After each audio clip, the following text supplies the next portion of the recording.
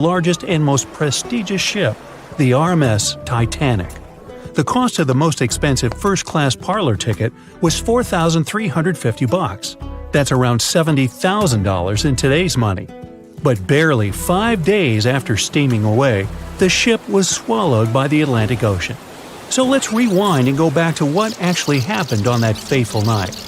The captain wanted to set a speed record for the ship's maiden voyage and arrive early. The ship was deemed unsinkable, so he went full throttle into the dark Arctic waters. After spotting the 100-foot iceberg, the crew desperately tried to steer the vessel away and avoid the collision, but the Titanic was traveling too fast, and the iceberg tore down the side of the ship, creating a huge opening in the hull. It wasn't a continuous rip, and damage was caused in several places. In total, the damage spanned along an area of around 300 feet. But the ship's designers had prepared for the prospect of a collision and added watertight compartments down each side of the ship to act as a buffer zone. 4 of these compartments could be breached and the ship would still stay afloat. But because the iceberg tore down the side of the Titanic, it ripped holes in 6 compartments. The compartments didn't extend up the total height of all decks and weren't actually sealed at the top. This is why, when more than 4 were flooded, water reached over the top of the bulkheads and filled the remaining compartments, causing the ship to sink into the ocean. Think of it as water spilling over an ice cube tray. But what if the collision was head-on? Would it still have sunk?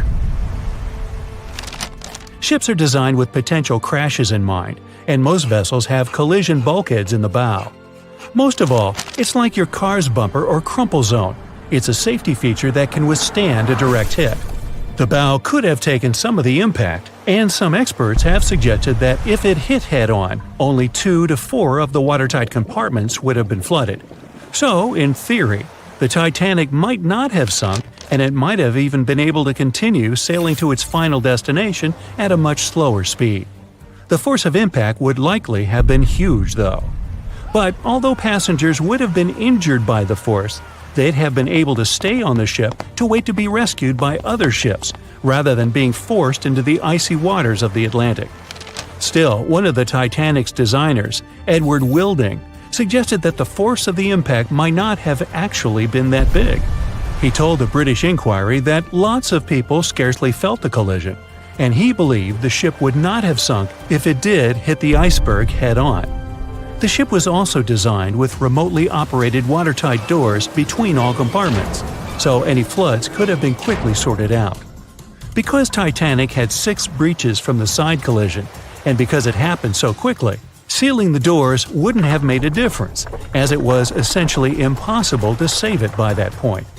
The ship immediately began to flood, with water pouring in at a rate of roughly 7 tons per second, 15 times faster than it could be pumped out. So, while it sounds like the Titanic would have survived had the ship hit the iceberg head-on, this idea does come with some issues. First off, the collision bulkheads were designed to survive a crash with another ship, not a giant iceberg. If 2 ships collided, both would absorb some of the impact in their bulkheads, sharing the impact and likely staying afloat. But an iceberg is stationary, meaning that Titanic would absorb most of the energy from the collision. If Titanic hit head first, because of the speed it was traveling, the impact would have likely traveled down the whole body of the ship. Just imagine a 46,000-ton ship traveling at around 20 knots. At some point, it hits an iceberg that weighs what could be over 100,000 tons. This collision would likely create a powerful force causing massive damage to the vessel. It is likely that seams would split, staircases would come tumbling down, and rivets would burst open across the ship. All that would have potentially flooded even more compartments. This could have caused Titanic to sink in a matter of minutes rather than hours. But that's just the tip of the iceberg. As we all know, the biggest part of it is hidden underwater. So if Titanic had been traveling head-on, it's likely it would have hit the part of the iceberg below the water first, which would send it veering off course. Hitting an iceberg is not like hitting a brick wall. In this case, the ice under the water would have torn open the bottom of the ship and caused damage to the sides. Icebergs also aren't flat, solid objects. If a flat collision happened, the ship might have stayed afloat, But icebergs come in many shapes and sizes, from domes to wedges. Studies have also been done on the steel used to produce Titanic, and the tests show the metal was about 10 times more brittle than the steel we use today. The ship was built before we understood the effects of low temperature on steel. The old steel used to make the vessel would not bend when faced with freezing temperatures, but break. Recovered pieces of Titanic's hull plates show that the hull just shattered on impact. Hitting head-on would also cause a very severe and abrupt stop, so even if the ship hadn't sunk, there would still have been major issues. Think about when you suddenly hit the brakes on your car, or when the bus stops while you're walking down the aisle and you get flung forward. Passengers would have been thrown across the ship, and because the crash happened at night, most people were sleeping, so wouldn't be able to effectively prepare for any sort of impact. This would result in injuries for most people on board. It would be especially bad for those at the front of the ship, where the accommodation for the off-duty firefighters, greasers, and engineers was. But while passengers and off-duty crew may have been thrown out of bed, there would be a lot more survivors than in the original scenario. Many ships have had head-on collisions and made it back to shore. Not many people know that Titanic actually had two sister ships. The White Star Line, the company that built Titanic, also built vessels called Britannic and Olympic. Captained by Edward J. Smith, who would later helm Titanic, the Olympic set off on its maiden voyage in June 1911. But much like Ford's sister ship, disaster was just around the corner. On its fifth commercial voyage, Olympic collided with a Royal Navy ship, HMS Hawke. While the Olympic received damage to its side, Hawke crashed into the other vessel head-on. The bow of the Hawke was completely crushed by the collision, but because the ship had watertight compartments, it managed to survive the impact and later returned to shore for repair. Another study case is the SS Andrea Doria, which was an Italian ocean liner that made global headlines in 1956. Like the Titanic, the Andrea Doria was heading for New York City on its 101st voyage when disaster struck. On July 25th, the vessel collided with the 524-foot Swedish passenger liner Stockholm. The Stockholm hit the ship head-on, but the point of impact for the Andrea Doria was on its side. The front of the Stockholm was completely smashed, but because the impact was on its hull, it managed to survive. The Andrea Doria, however, sadly sank due to the collision being on the side of the ship. So these cases could suggest that maybe the Titanic would have survived had it hit the iceberg head-on. But we have to remember that the Titanic hit the thing full speed, whereas both the Olympic and the Andrea Doria were traveling slower. You know SOS, don't you? 3 dots, 3 dashes, and 3 more dots. It's an easy enough signal to tap out in Morse code. It means save our souls or save our ship. The crew of the legendary Titanic had been desperately trying to send this signal for 2 hours the night of April 14, 1912. There were other ships not too far from the spot where the iceberg took down the mighty Titan of the sea, but the call for help seemingly disappeared before it could reach them. The passenger ship SS Mount Temple did pick up a signal and try to respond, but the Titanic never got the answer. So what was silencing the ship's cries for help? Some unknown Bermuda Triangle of the North Atlantic? Consider this. Eyewitnesses say the sky was painted with a brilliant aurora borealis that cold, fateful night. Beautiful, yes, but on that day, the northern lights may have sealed Titanic's fate for good. You see, the aurora borealis forms thanks to geomagnetic storms. Sounds complicated, but those are basically fluctuations in the Earth's magnetic sphere. And what causes those is the sun itself. The magnetic sphere is like a protective bubble that surrounds our planet. It blocks harmful solar rays, winds, and other cosmic dangers from reaching us. Without it, life on our planet wouldn't be possible. Earth would look more like Mars. You also have it to thank for compasses pointing north. Experts know the Earth's magnetosphere affects navigational equipment, or disrupts it. Which brings us back to the Titanic. Recently, a published weather researcher named Mila Zenkova proposed a theory that solar flares, which provoked a geomagnetic storm, could have played a major role in the Titanic's untimely demise. Solar flares make themselves known on Earth all the time. Some people are especially sensitive to the magnetic storms they cause. These unlucky folks can feel weakness, fatigue, headaches, and even mood swings. On usual days, the pressure is the same on both sides. The magnetosphere blocks all the bad stuff, and we're all happy. But sometimes, explosions occur on the sun. They can be massive, Earth-sized. These flares shoot out a wave of charged particles that collides with the magnetosphere at high speeds. Our protective bubble then goes on the defense. It shrinks, deforms, and pushes those particles toward the poles. Enter those brilliant lights dancing above the Titanic that night. In the north, we know it as Aurora Borealis. In the south, Aurora Australis, or the Southern Lights. When the magnetosphere pushes those solar and cosmic particles toward the poles, they collide with molecules of different gases. That's why you get the range of colors. For example, oxygen can be green or red depending on the distance, and nitrogen is blue or purple. What multiple people saw that night was exactly this phenomenon, including the second officer from the rescue ship Carpathia. He wrote it down in the logbook before getting the distress call from the Titanic. But I'm getting ahead of myself. Auroras are a visible sign of a geomagnetic storm. Now, about navigational equipment. This applies to satellite and radio frequency devices. Remember, they didn't have iPhones back in the Titanic days, so the average person couldn't notice their gadgets going haywire. But navigational devices and wireless telegraph did exist and were actively used.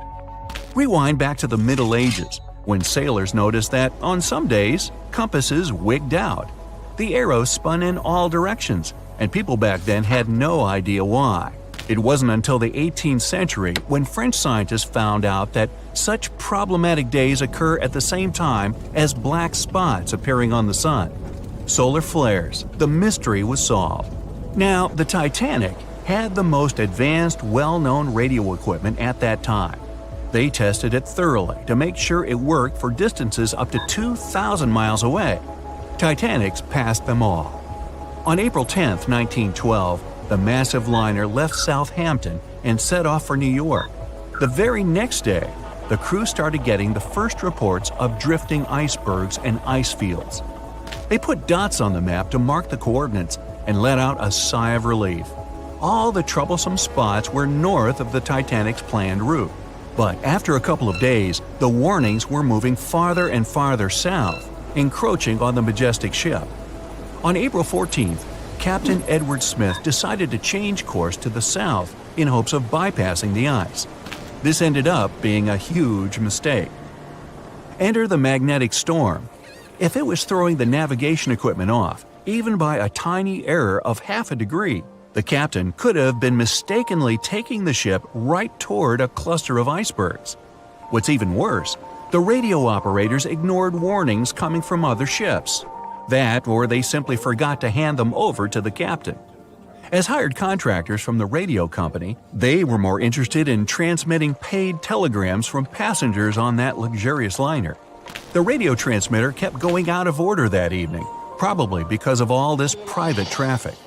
When it was finally fixed, operator Jack Phillips received another message from the SS Californian at 10:30 p.m.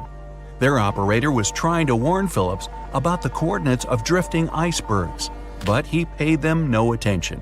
He was nervous and in a hurry. Was the magnetic storm to blame for his frayed nerves and bad mood? We can only speculate. But as you know, some people are more sensitive to these things. The weather was fine, the ocean was calm, the water was smooth as glass. Despite all the warnings, the ship continued to sail at a maximum speed of over 22 knots. An hour later, Titanic collided with the infamous iceberg. On April 15th at 12:14 a.m., in the middle of the night, Titanic's operators started to transmit the first emergency signals. The SS Californian was sailing just 20 miles from the Titanic. They could have easily come to a quick rescue. But 10 minutes before the disaster, the Californian's radio operator had gone to bed. He was the only one who understood Morse code on the ship. According to this new theory, The magnetic anomalies possibly blocked Titanic's messages to other ships. For example, the steamer SS La Providence didn't receive any signals from the sinking ship at all. Yet they were still getting transmissions from another giant, the Olympic, which was 500 miles from the Titanic. That night, the signals were acting strange. They simply got lost somewhere in space, or they were like a jumbled riddle, impossible to solve. The SS Mount Temple did get a message and rushed to Titanic's aid. But as fate would have it, the rescue ship got stuck in ice. She did arrive at Titanic's last known coordinates, but the luxury liner was nowhere to be seen. So were the coordinates accurate at all? The steamer Carpathia was about 60 miles away. At 12:30, their radio operator told the Titanic's crew they were rushing to help. The ship famous for coming to the aid, Carpathia, was going full steam ahead. But here's the odd part. At first, they headed to the wrong spot. The magnetic storm could have thrown its equipment off. Good news is the steamer did end up reaching the right place when they saw the lifeboats full of passengers. Interestingly, once she reached land, the Carpathia didn't have any problems with her equipment. The blackout happened just around the wreckage site. The following investigation blamed radio amateurs for blocking signals. We now might know otherwise. Zinkova explains that at that time, they didn't know exactly how and to what extent the sun influences the Earth. No one could have guessed that the sun could tamper with these massive ships' navigational equipment, especially one that had the best of the best at the time. There's another theory that even the moon could have played a role. Some researchers claim that in January 1912, our natural satellite was closer to the Earth than usual. It caused very strong tides and raised the sea level. Every year, icebergs break away from Greenland and stop around Newfoundland. But not that year. The increased water flow pushed them further for 3 months. And come April, they were right in the way of transatlantic ships. Unfortunately, it was a recipe for disaster when it came to the mighty Titanic. A beam of electric light pierces the darkness over the calm waters of the Atlantic Ocean. The Titanic is quietly making its way through the waves, its passengers asleep, when suddenly a monstrous white shape is caught in the light beam. The fateful Iceberg is about to rend the side of the legendary ship.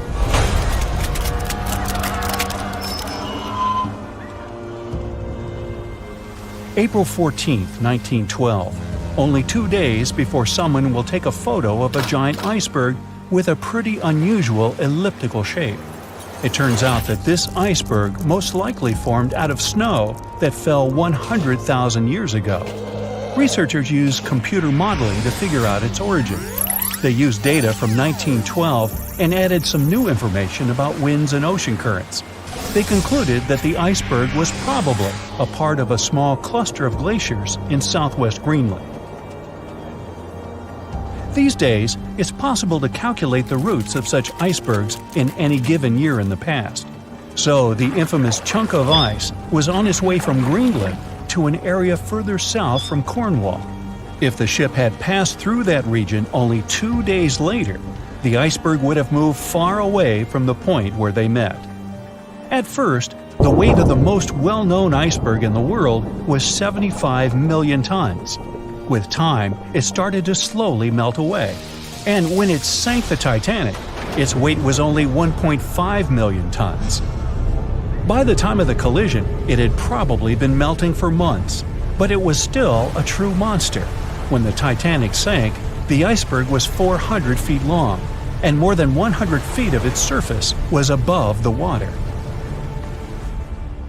Some people believe it was a supermoon that caused the Titanic to sink. That night, there was a rare lunar event. It hadn't happened for 1,400 years. In normal conditions, the iceberg wouldn't have traveled so far south without melting and losing the largest part of its mass. But the supermoon could have been the reason for an unusually high tide that pulled the iceberg away from the glacier way faster than usual. There's a specific type of bacteria that slowly consumes the remains of the Titanic. Salt corrosion, ocean currents, freezing temperatures, plus this rust-eating microorganism might consume the entire wreckage. American actress Dorothy Gibson was aboard the Titanic. She survived, and when she arrived in New York, she started filming a movie called Saved from the Titanic almost right away. The movie was released only a month after the Titanic sank, and in the movie, she even wore the same shoes and clothes she had during the actual disaster. The movie was a big success at that time, but the only known copy was destroyed in a fire. 14 years before the Titanic sank, a novella called Futility had been published, and it seemed to have predicted the whole event. The plot centered around a fictional ship called the Titan that sank during its voyage. The Titan was almost the same size as Titanic, and they both went to the bottom in April. The reason was hitting an iceberg, too. Both the real and fictional ships were described as unsinkable, and both of them had the legally required number of lifeboats, which, as it turned out later, were nowhere near enough. We've seen it in the movie, but there were some real-life love stories happening on the Titanic, too. 13 couples even took a trip on the Titanic as part of their honeymoon. One of the couples owned Macy's department store in New York. Once it became clear the Titanic was rapidly sinking, the woman refused to go into a lifeboat without her husband. But he didn't want to join her while there were still women and children who he thought had to go first. Then his wife gave her coat to her maid. She insisted that the maid should get into the lifeboat, and she wanted her to be warm. As for the woman herself, she decided to stay with her husband till the end. Some people believe Titanic sank because of a mummy, not an iceberg. It all started around 1000 BCE with a mysterious woman who lived in Egypt, in the City of Thieves. People knew little about her, but they called her a priestess. Her mummy was put in a wooden sarcophagus and covered with a large lid with the image of her face and some mystical inscriptions. This place had been hidden until the first half of the 19th century, when a group of locals accidentally came across it. They disturbed her peace. No one knows how, but the mummy disappeared that day without a trace. A couple of decades later, a group of rich friends from England traveled to Egypt and found the empty mummy casket with the image of the priestess, whose dark eyes seemed to be looking into the void. They decided to buy it, but the buyer disappeared the same night before he even got the case. All members of the group had some accidents. The casket changed its location a couple of times until it, as some believe, ended up on the Titanic. It took more than 70 years for a robot submarine to find the ruins of this legendary ship. The wreck lies nearly 13,000 feet under the surface of the Atlantic Ocean, split into two halves. Why did the liner break apart? No one knows exactly. Some think it happened because of the water that got inside when the ship collided with the iceberg.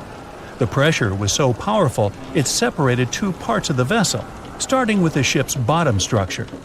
Others say it was because of the hull rivets. They had a high concentration of slag or smelting residue, and that's something that can cause the metal to split apart. The ship generally had many flaws, starting with the design. The watertight bulkheads weren't completely sealed on top. This allowed the water to flow between the compartments and, in the end, sink the vessel. The iron of the ship's rivets and steel of the hull ended up ruined because of high sulfur content, cold temperatures, and high speeds. The steel shattered and the rivets popped out quite easily. Because of this, Titanic sank 24 times faster than it would have otherwise. If the ship had hit the iceberg head-on instead of ramming it with its side, it would have probably stayed afloat. How come the crew members didn't have binoculars? It would have surely helped them spot the iceberg on time and maybe even avoid the disaster. But the binoculars on the Titanic were locked in a storage cabinet. Only one crew member had the key, and he had been transferred off the ship right before it set sail. He later said he hadn't remembered to hand over the key. But even without the binoculars, the ship might have had some time to change course and avoid the collision if the crew had gotten some warning. But that's the thing, someone did warn them.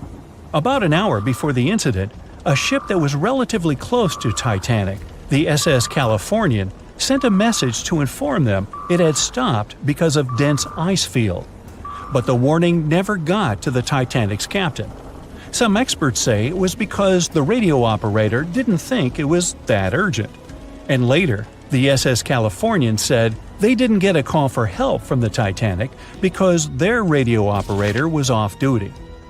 Some say the crew on the Titanic couldn't spot the iceberg on time because of an optical illusion.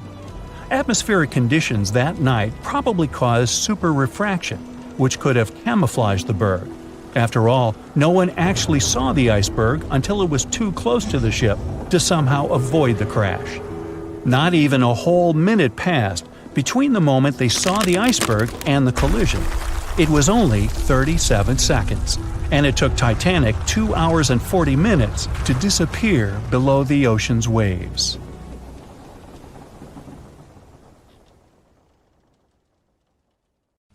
April 12th, in the year 2212. It's a great date for humanity, the 300th anniversary of the launch of the legendary Titanic. The best engineers of the world have collaborated for years to bring their masterpiece to the public, the SpaceTanic, and they've done it just in time. The glorious spaceship is waiting in its harbor under the limelight, photographed by thousands of people. The trip was scheduled for April 12th, just like 300 years ago. Finally, the big day has come. The passengers are going on board the most magnificent spaceship of the time. They call it unbreachable. It has 12 decks, from the third class closer to the bottom to the most luxurious first class on the top, with panoramic views of outer space. The ship is preparing for launch.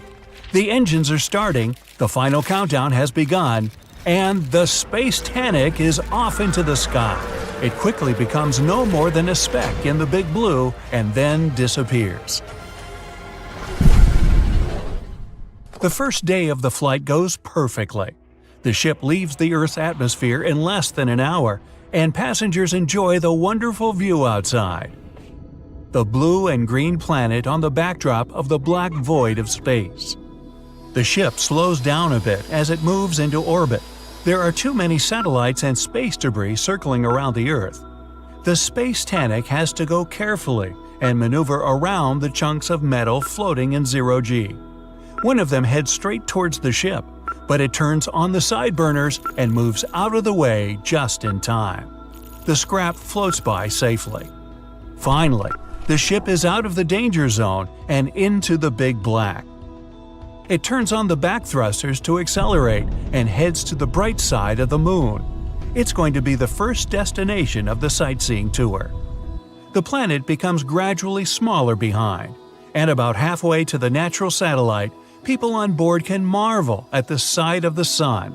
The huge ball of burning plasma is bigger and brighter than ever in the cosmic darkness. Suddenly, the ship's captain makes an announcement. All passengers are invited to the promenade decks to watch as the solar panels are being unfolded.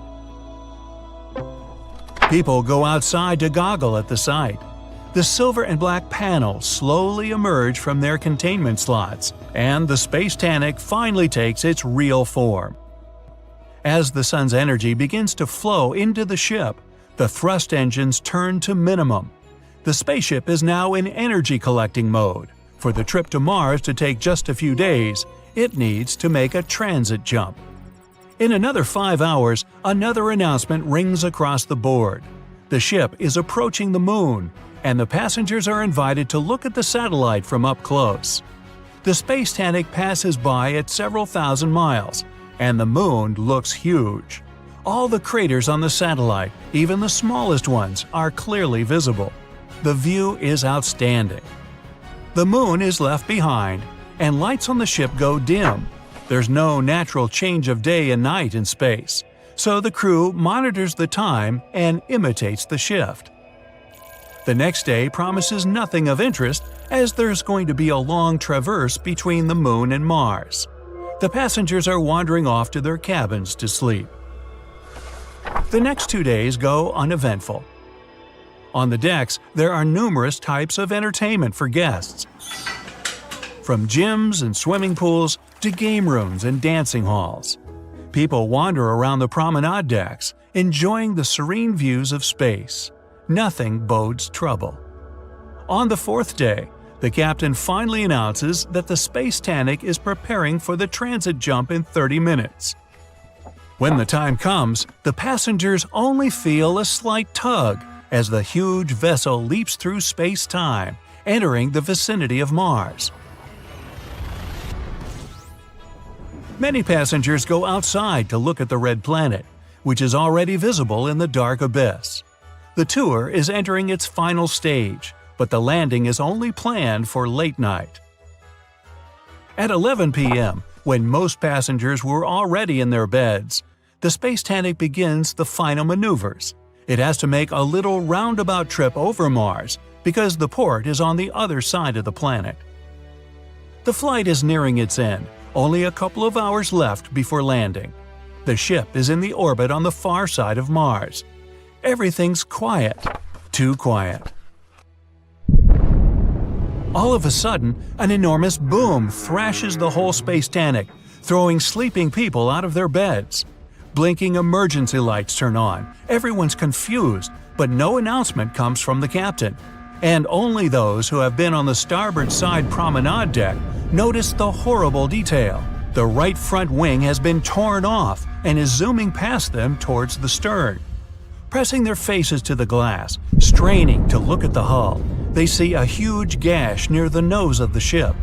The SpaceTanic shudders again, and chunks of metal fly out of the gaping hole. The ship rapidly loses pressurization. Meanwhile, the broken-off wing hit the stern and left another gash in it. Mechanisms in the engine compartment start to fall apart and are dragged into space. The ship groans and comes to a halt, suspended thousands of miles above Mars. At last, the captain announces through the intercom that the SpaceTanic has unexpectedly collided with a rogue asteroid. All passengers are asked to proceed to their respective decks for evacuation. Within an hour, all rescue capsules are occupied and ready to be deployed, but about a third of the passengers are still on board the ship. It turns out many of the capsules were blown away at the collision. History seems to repeat itself. The captain still orders to deploy the capsules, and they whoosh out of containment tanks, leaving hundreds of people behind. Some left without their family members, not knowing what fate awaits them. The capsules float in space for a few seconds and then turn on their thrust engines, heading to the Martian surface. Another order from the captain: everyone is to go down to their cabins and put on pressurized suits stored under their beds. As the passengers rush to comply, the SpaceTanic sends distress signals to Mars and everyone in the vicinity. 100,000 miles away, a large trade ship, Leona, picks up the signal and hurries to help. The creaks and groans on board the SpaceTanic become more and more frantic. People are sitting silently in their cabins. It's quiet on board, except for the sounds of the slowly disintegrating ship. And then, suddenly, a loud snap resonates throughout the SpaceTanic, and the vessel cracks in two. A gigantic fracture goes from top to bottom, almost perfectly halfway across the decks. Pressurized glass covering the promenade decks shatter into millions of pieces, slowly flying away from the ship. With the decks depressurized, people and things are blown away into outer space. Thankfully, all of the passengers and crew are wearing their suits as ordered, but they only have about an hour before they run out of oxygen. People help each other by floating together and hauling stranded ones to their groups. They can barely control their floating, but somehow they still manage to bring some order to the chaos. Huddled together in orbit above the ominously red planet, they watch as the mighty SpaceTanic turns into a heaping pile of space debris. 45 minutes have passed. The oxygen is running low, and people try to breathe as slowly and carefully as they can. There's still no help in sight, and they're preparing for the worst. But then, one of them starts waving and pointing somewhere. It's a bright spot, hardly different from the stars in far space, but it's getting closer by the second. And within 5 minutes, the relieved people see a spaceship speeding towards them. The Leonas arrive just in time to save the day. Quickly, but without hurry, Leona's crew gather everyone floating in space around the remains of the SpaceTanic and haul them on board their ship. In a few hours, the Leona safely lands at Mars' main spaceport. The newspapers called it the day when the Titanic sank again. It was just a couple of hours before midnight. Some of the 2,200 passengers of a large, luxurious ocean liner were still partying in the beautiful first-class lounges. The rest were asleep in their beds, some of them in spacious cabins filled with paintings and decorated with ornate carvings, others in tiny rooms below sea level. All of these people had only one thing in common. On that chilly April night, all of them were heading from Southampton in England to New York City. The ship was called the Titanic, and at that time it was considered unsinkable. At the very beginning of the journey, the liner nearly collided with the steamship New York. Luckily, the Titanic managed to pass by the other vessel with several feet to spare. A common sigh of relief escaped the passengers crowding the liner's decks. Little did they know what was awaiting them in the near future. Several days later, when the ship was already in the North Atlantic Ocean, 370 miles away from Newfoundland, the unthinkable happened. At about 11:40 p.m. on April 14th, those who were still awake were knocked over by some mysterious and powerful force. Passengers who were already in their beds got catapulted to the floor. Screams and total confusion. Months before the disaster struck, a ginormous chunk of ice had broken away from a glacier in southwest Greenland. It was made of the snow that had fallen about 100,000 years ago, when mammoths were still roaming the planet. When the iceberg just started its journey, it was a huge thing, almost 1,700 feet long. It also weighed 75 million tons. But then it floated much further to the south than normal, right into the area the Titanic had to cross on its way to North America. Even after melting into the water for months, the iceberg still weighed an impressive 1.5 million tons. Its top part was towering over the water for almost 100 feet. Even so, it looked harmless next to the massive ocean liner, but only at first glance. What people saw was just a tiny part of a jumbo piece of ice. The largest part of any iceberg is hidden under the surface, with a mere 1/10 visible above the water. The Titanic iceberg wasn't an exception. The moment the ship collided with it, the vessel was doomed.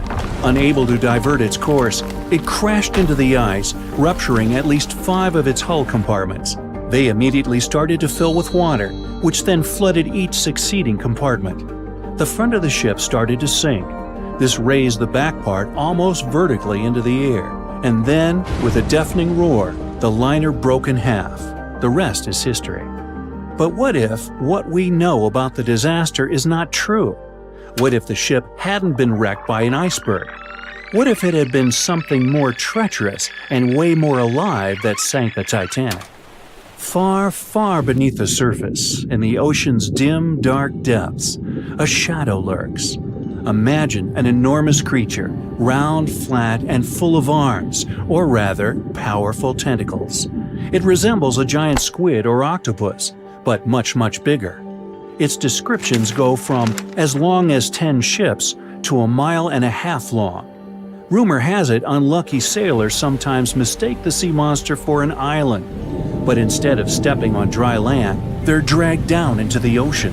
These people meet the Kraken, a legendary creature feared by everyone who sets off on a sea voyage.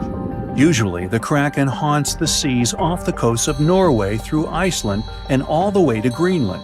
Who knows what has brought the beast further away from home? The waters of the North Atlantic are just as chilly, and the creature feels good and curious. Once it notices the Titanic, the ship has no chances to escape its attention. It's dark. That's why those on the ocean liner don't notice the first alarm bells.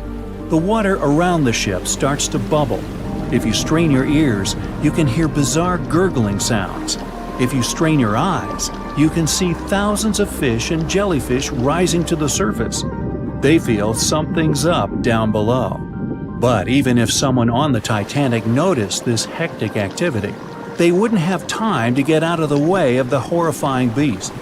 Its enormous size and super long and strong tentacles turn it into a predator you can't escape.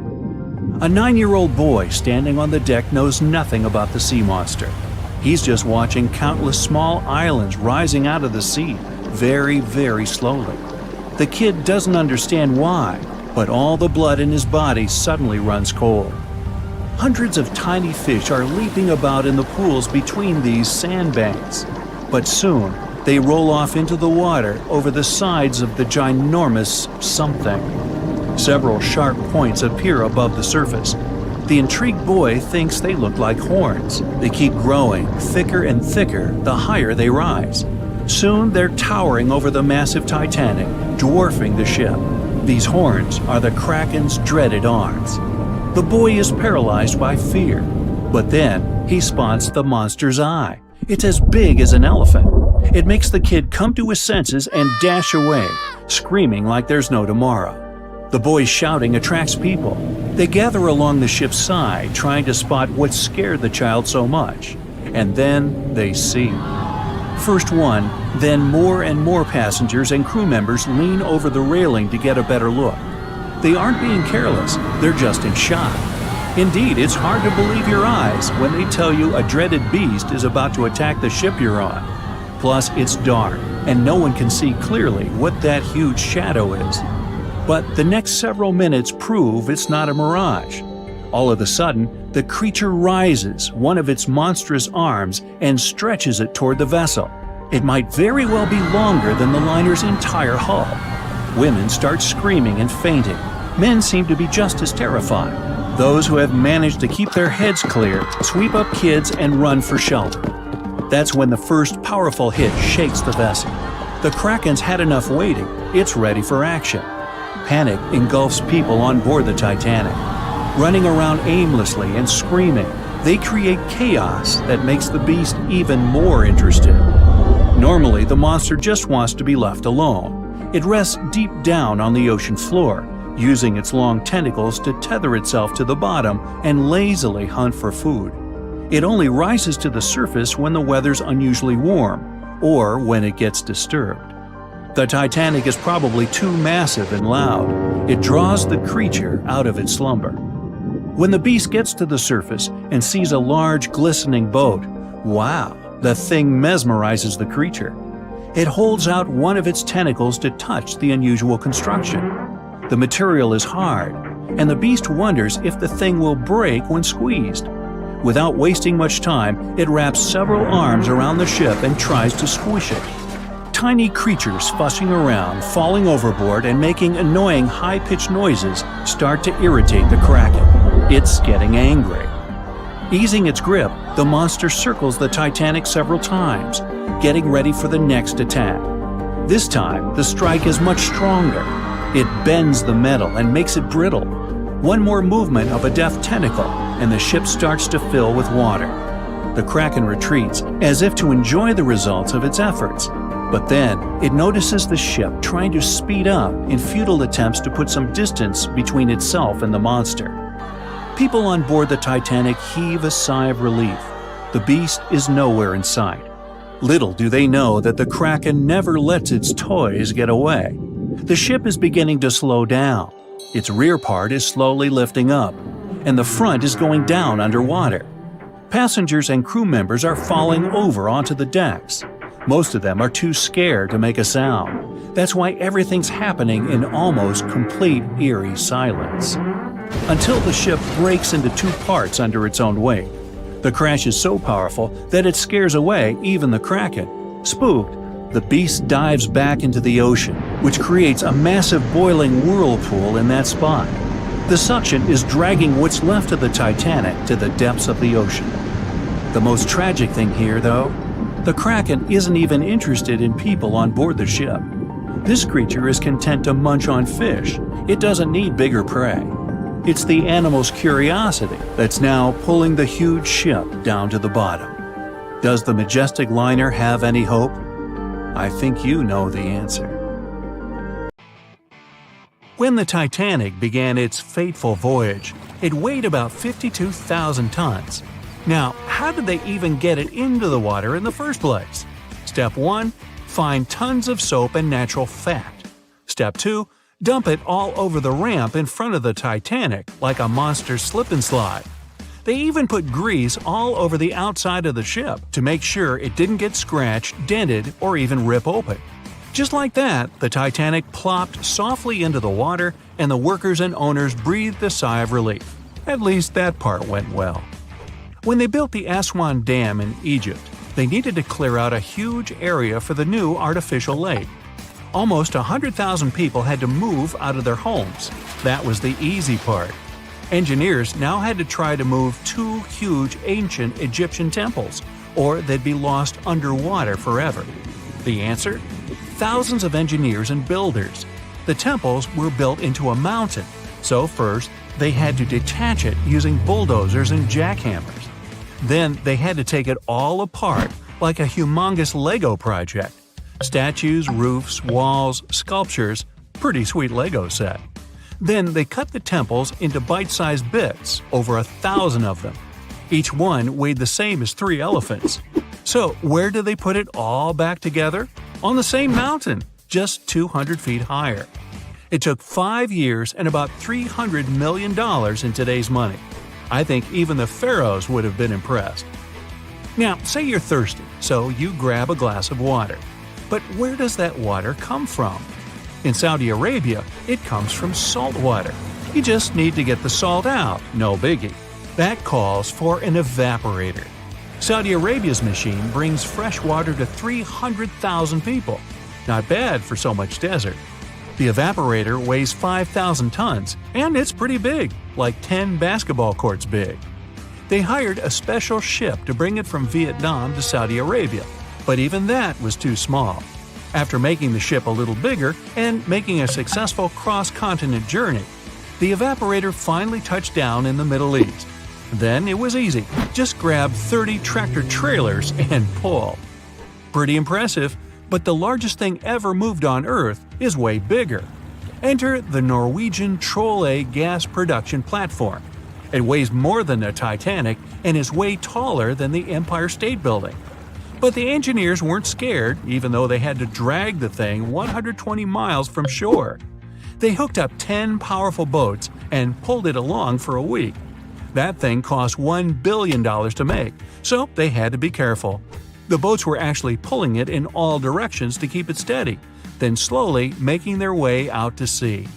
Once it got there, its 4 powerful legs were secured with concrete, about as much as you'd use to build 200,000 houses. That part of the sea can be quite rough, so they had to make sure it wouldn't move at all. Natural gas can set on fire, even in the middle of the sea.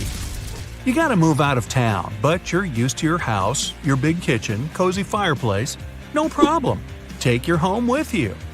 About 500 years ago, an Italian architect was constructing the local city's administration building, but the local church bell tower was getting in the way. The solution? Pick up the tower and move it. The architect built a wooden frame around the tower and shifted it using ropes, blocks, and a lot of people power. Since then, a lot of buildings have been moved around, but what happened in China changed everything. In 2004, engineers shifted the Fugang building about 120 feet. It was the heaviest building ever moved, but it only took 11 days. They worked day and night to get it done so fast. 10,000 years ago, a meteorite fell on Greenland. It was the only source of iron for the local people, who started breaking pieces off to make knives, harpoons, arrowheads, and even jewelry. Talk about good luck. Over time, the locals split the meteorite, named Cape York, into a bunch of pieces. Arctic explorer Robert Peary wanted to bring the biggest piece back to the U.S. So, how do you move 30 tons of space rock without trucks or paved roads? Plus, it's 1897 and freezing cold. It took 3 years, but he did it. He ended up building a railway with a special platform to pull it to the nearest shore. It was the first and last railway in Greenland. Peary sold the meteorite for $40,000. Today, that would be about $1 million. In 2012, artist Michael Heiser erected a 340-ton boulder over the entrance to the LA County Museum of Art. It was called levitating mass. Installing it was easy. Getting it there, not so much. They had to use a 290-foot trailer and 6 different trucks. They only drove at night 100 miles through 22 cities. The most insane part, it ended up costing $10 million. The Swedish ship Vasa, built about 400 years ago, was almost a celebrity. People were amazed by its size, beautiful decoration, and gold sculptures. First time out to sea, it sank. Why? A gust of wind. Oops. Anyway, about 80 years ago, they decided to pull it out.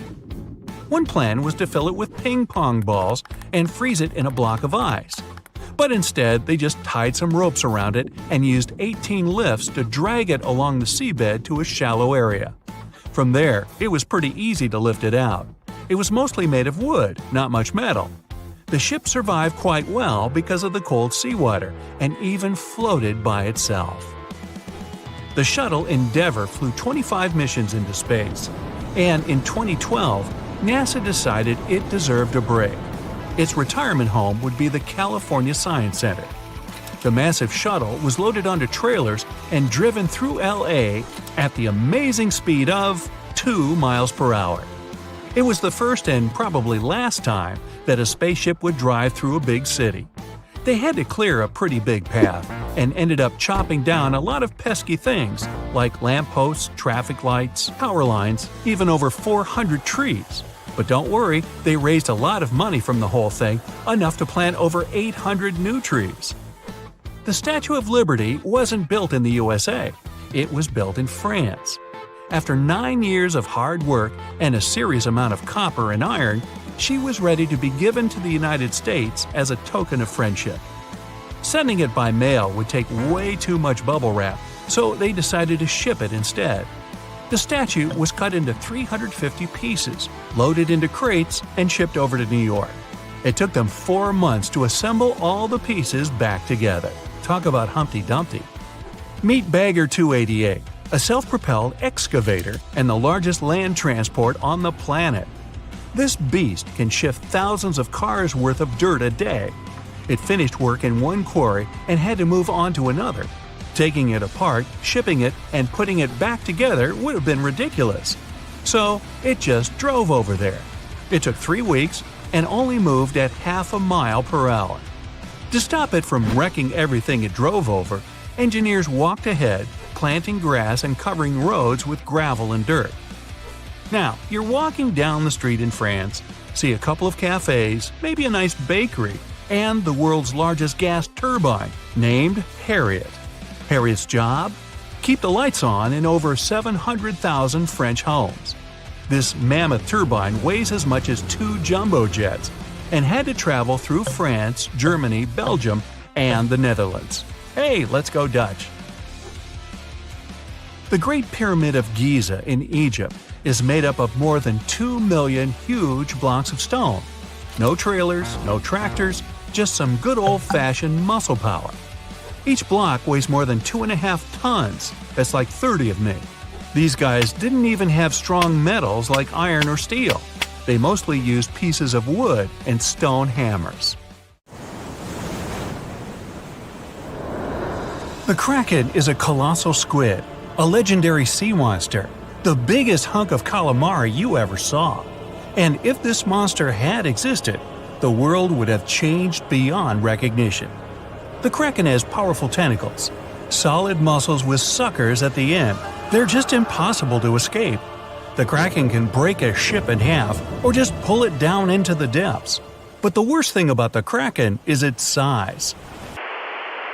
According to old sailor stories, the Kraken reached 5,000 feet in length. That's almost 10 soccer fields. Hey, maybe the Kraken could play soccer.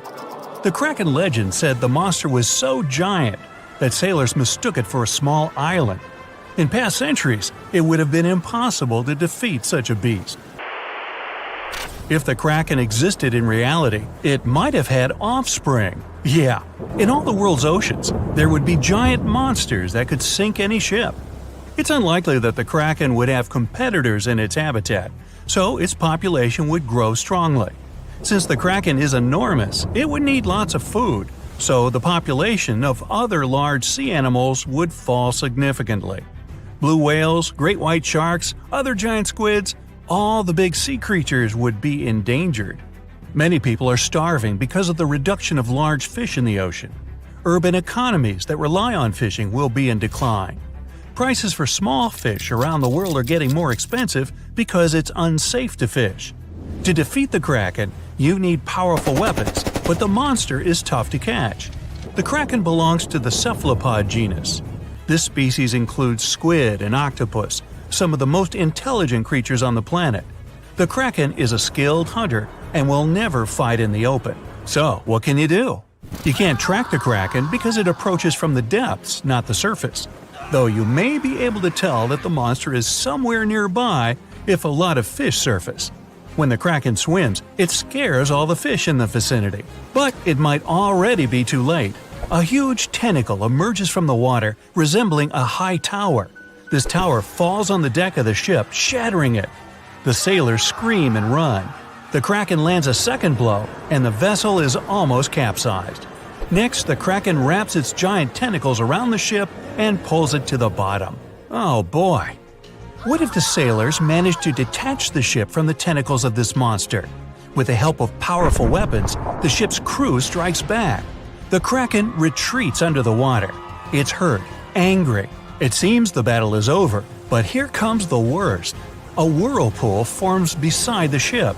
Thanks to its considerable weight, when the Kraken dives, it creates a whirlpool behind it. Like a drain in a giant bathtub, this whirlpool sucks the ship down. The battle with the Kraken is lost. Well, that was unfortunate. You might be able to defeat the monster if you can anticipate its attack in advance. But the Kraken can see you and your ship before you can see it. Colossal squids live in deep waters, and they have the largest eyes among all animals. The squid's eye is the size of a dinner plate. Thanks to this, they can see their prey from far away. Similarly, a Kraken would spot the ship much sooner than sonar could pick up the Kraken. It would always have the drop on you. Well, that's not good.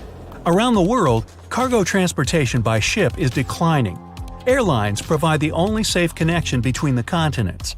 This will increase air pollution. The most successful enemy of the Kraken is submarines. They travel at great depths and are equipped with powerful echolocators to help detect the Kraken in advance. Subs are well armed too, and the round metal body is not so easy to destroy. A single Kraken may be defeated by a submarine, but what if there are several sea monsters? 3 Kraken can wrap their tentacles around the submarine and drag it deeper into the water where the pressure will destroy their enemy. In other words, they'll have a crush on you.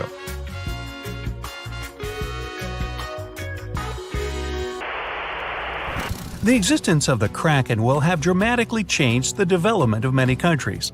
What if Christopher Columbus, on his famous journey, noticed an island that he thought was the New World? He approaches it, but tentacles emerge from the island and sink Columbus's ship. The colonization of North America is delayed, maybe until airplanes are invented. And the first crewed flight wasn't until the 20th century. There would be no Hollywood. There would be no hamburgers, no famous American music playing. There wouldn't be YouTube, which means you wouldn't be watching this video right now. Worst of all, the internet wouldn't exist either. And all this because of one stupid monster squid. The Vikings wouldn't sail on their long ships to raid and settle foreign territories. The history of Norway, Sweden, Finland, and other Nordic countries would have changed drastically. Hey, maybe the Titanic wouldn't have hit an iceberg, but a giant sea monster instead. Though it's unlikely that people would take trips on huge ocean liners in a world where the Kraken exists. Maybe though, the Kraken isn't all that aggressive. Still, they need a lot of food, and because of the growing population of these monsters, there will be much less food in the ocean. Therefore, the Kraken will increasingly come to the surface for hunting. In the future, the Kraken will migrate closer to the shore. In many countries, people then are not allowed to swim in the ocean. Imagine floating on the waves and a monster the size of a skyscraper is swimming right below you. Relaxing at sea and on the beach will no longer be popular. Many countries that live off tourism become impoverished. When the Krakens grow hungrier, they try to capture prey from land. A huge squid could attack small port cities. Houses, docks, streets, everything can be crushed. A tremendous amount of plastic is thrown into the ocean near the coasts of large countries. Billions of tons of plastic will bother the Kraken. An angry, hungry monster can attack bridges like the Golden Gate Bridge. Imagine that a huge squid surrounds the bridge and blocks all traffic. Some of these squids could break the strong cables with their power, and the entire structure would collapse into the water. Ooh! It's good that the Kraken doesn't really exist to swim in our seas and oceans, at least as far as we know. But could the monster have actually existed? Legends stretch back years, but scientific evidence appeared in the middle of the 19th century. In 1857, a 3-inch diameter squid beak was discovered on the coast of Denmark. Other huge squid remains were found in the Bahamas, and then scientists were convinced that gigantic squids existed. While colossal squid has been officially discovered since then, it's been more than 100 years, and we still don't know what max size they can grow to. The fact is, colossal squids are one of the most elusive creatures on Earth. They live in the depths of the ocean where it's challenging for scientists to reach. Any dive to a greater depth requires powerful, bulky equipment. Underwater bath escapes and cameras make a lot of noise and light, which squids notice from afar. They flee before we can see them. The legend of the Kraken probably appeared because of a real colossal squid. People in the past didn't know about these creatures' existence, so when they saw one for the first time, they described it as a massive, terrible monster. It's difficult to say if these huge squids were the size of a small island, because the truth is, we've only studied about 5% of the ocean. It may be that in its depths, monsters much more terrible than the Kraken swim. Like my nephew, Peter. John watched on in disbelief as he drifted away on a piece of wood. In the freezing waters of the Arctic, slowly drifting away. John looked upon the vessel he had worked and lived on as it raised its enormous bow high into the sky, then broke in half, causing a sound that only a crack of lightning could replicate. Distraught and dumbstruck, believing that he, and he alone, knew the dark truth behind the demise of the unsinkable ship, the Titanic. 5 days earlier, as the Titanic set sail on its maiden voyage, John worked hard alongside his mates in the coal bunker, stocking up the coal to feed the Titanic's mighty furnace.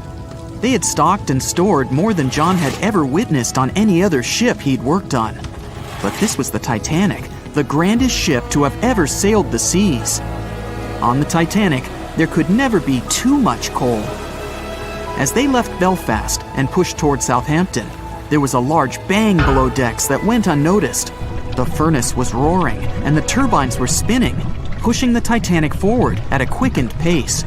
The crew cheered as the vessel moved forward, unaware of the loud, concerning noise. Arriving in Southampton, Greg came aboard, amongst hundreds of other passengers. With 13 years at sea, his vast experience included the role as a quartermaster on 6 previous ships. Ready for a new challenge aboard the greatest vessel ever made, he was looking forward to this next challenge of his career. Greg came with a wealth of experience, especially with sailing through the Arctic. His role was vital within the crew, understanding the seas around the North Pole. He would be a key lookout as they set to cross the perilous path of the Iceberg Alley. Greg had some concerns regarding the voyage. The Earth's orbit was remarkably close to the sun and the moon, causing higher tides. This would make icebergs more prominent, drifting them further away and towards the route of the Titanic as they journeyed to New York. Assessing the lookout tower and inspecting the available gear, Greg found no binoculars. This made him concerned, but the sailors just laughed at Greg. "If the deck is short on ice cubes, we'll be sure to plow right through a berg to resupply." A sailor laughed. Greg didn't share this sentiment. Eager to find out why they had been left short-handed on equipment, since he had such a vital role on the ship, Greg inquired further. Sadly, the officer with the keys to the binocular supply cupboard had been removed from the crew at the last minute. Greg couldn't believe something of this importance had been overlooked. For such a mighty ship with so many people aboard and crossing in a particularly perilous path, this just didn't make sense. But Not wanting to be fined for breaking into the ship's property, Greg let it slide, hoping that they wouldn't need the binoculars in the end. Ultimately, if there were icebergs expected, a warning call would be made to the captain, informing of any concerns. Little did Greg know that a warning had been received, notifying of the dangers that awaited. But the telegram didn't provide the required prefix, which would have ensured direct delivery to the captain. So, the critical warning was just overlooked. John and his crew below decks prepared for departure, stoking the engines. He noticed an essence of thick exhaust, far too heavy than what would be expected from the furnaces. The crew searched throughout the lower decks. Following a thorough search, they managed to locate the cause of the exhaust. It was an ignited pile of coal within a coal bunker. Unknown when it had ignited, a buildup of coal had clearly been smoldering, slowly growing in size. The amount of smoldering coal was concerning. The alarm was raised, alerting an officer to review the matter. The officer assessed the damage and confirmed with the captain that it was deemed to be of little concern, as only minor damage had been caused. John was unsure of this assessment, as he knew that in confined spaces, surrounded by iron bulkheads, an oven-like environment arises that intensifies the heat with time. But the Titanic would power forward, making no sense to John as they had only just departed from Southampton. He was sure they would have turned back. John and his crew were ordered to shovel the already lit coal into the furnace and continue shoveling until all the smoldering contents would be contained. It was a possible but painstaking task that could take the entire journey. The continuous intake of coal would ensure the turbines would spin at a constant accelerated pace, not what the Titanic was designed for. It was meant to be a luxurious passenger liner and not for breaking speed records. However, the crew would find enthusiasm in not only acknowledging the Titanic as unsinkable, but also as the fastest. John and his crew continued to shovel the coal into the furnace for several days. The temperature within the bow was becoming hotter every day. The bulkhead's contained heat was so severe that it became weak at the seams in the iron walls and rivets. 2 more days, lads, just 2 more days. John was laughing, trying to raise the spirits of his mates as they were working tirelessly. But as they were all laughing, joking, and looking forward to dry land, they unknowingly approached their final destination. The Titanic was speeding through the calm sea. Greg looked ahead, above in the lookout tower, keeping a keen eye out as they were in iceberg territory now. Even though the way seemed clear, false horizons could occur, creating confusion about how far objects in the distance truly were. As they were traveling in the Gulf Stream waters into the colder Labrador Current, air columns cooled from the bottom upwards, creating a thermal inversion. This incredibly high air pressure ensured fog wasn't present, providing a deceptively clear outlook. But the thermal inversion can also create optical illusions, showing the horizon further away, appearing higher in the distance, or masking whatever objects that could come before it. These false horizons could easily hide any icebergs that could be approaching. Greg knew the perils of a calm sea in the Arctic, preferring the rough waters, where it's easier to detect icebergs within waves. Peering from the lookout, Greg was looking towards the dark abyss ahead. Suddenly, within 1 mile directly in front, a formidable image quickly emerged from the dark waters surrounding. Iceberg, right ahead! Greg yelled to his mate, who quickly called to the helm and directed them to steer hard to starboard. The helmsman received the call. In the heat of the moment, he turned the wheel counterclockwise. He then realized he'd turned the wheel the wrong way and quickly went in the opposite direction. The ship aimed towards the iceberg, veering to the port side whilst reducing speed.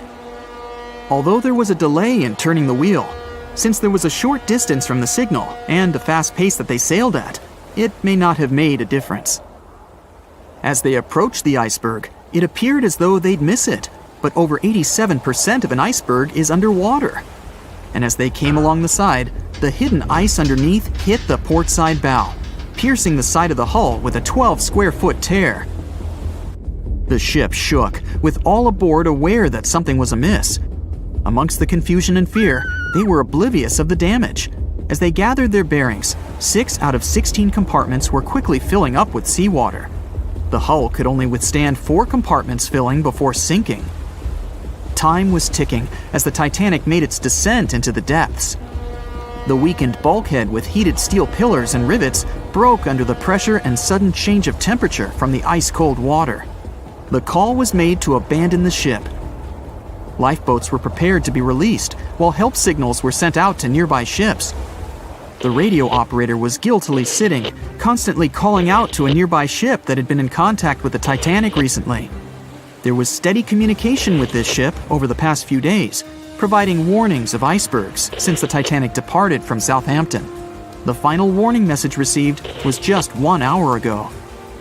Upon receiving the final warning, the operator ignorantly responded, "Shut up," with the assumption that their warnings of icebergs were pointless. Following this unfortunate response, the ship turned their radio off and provided radio silence.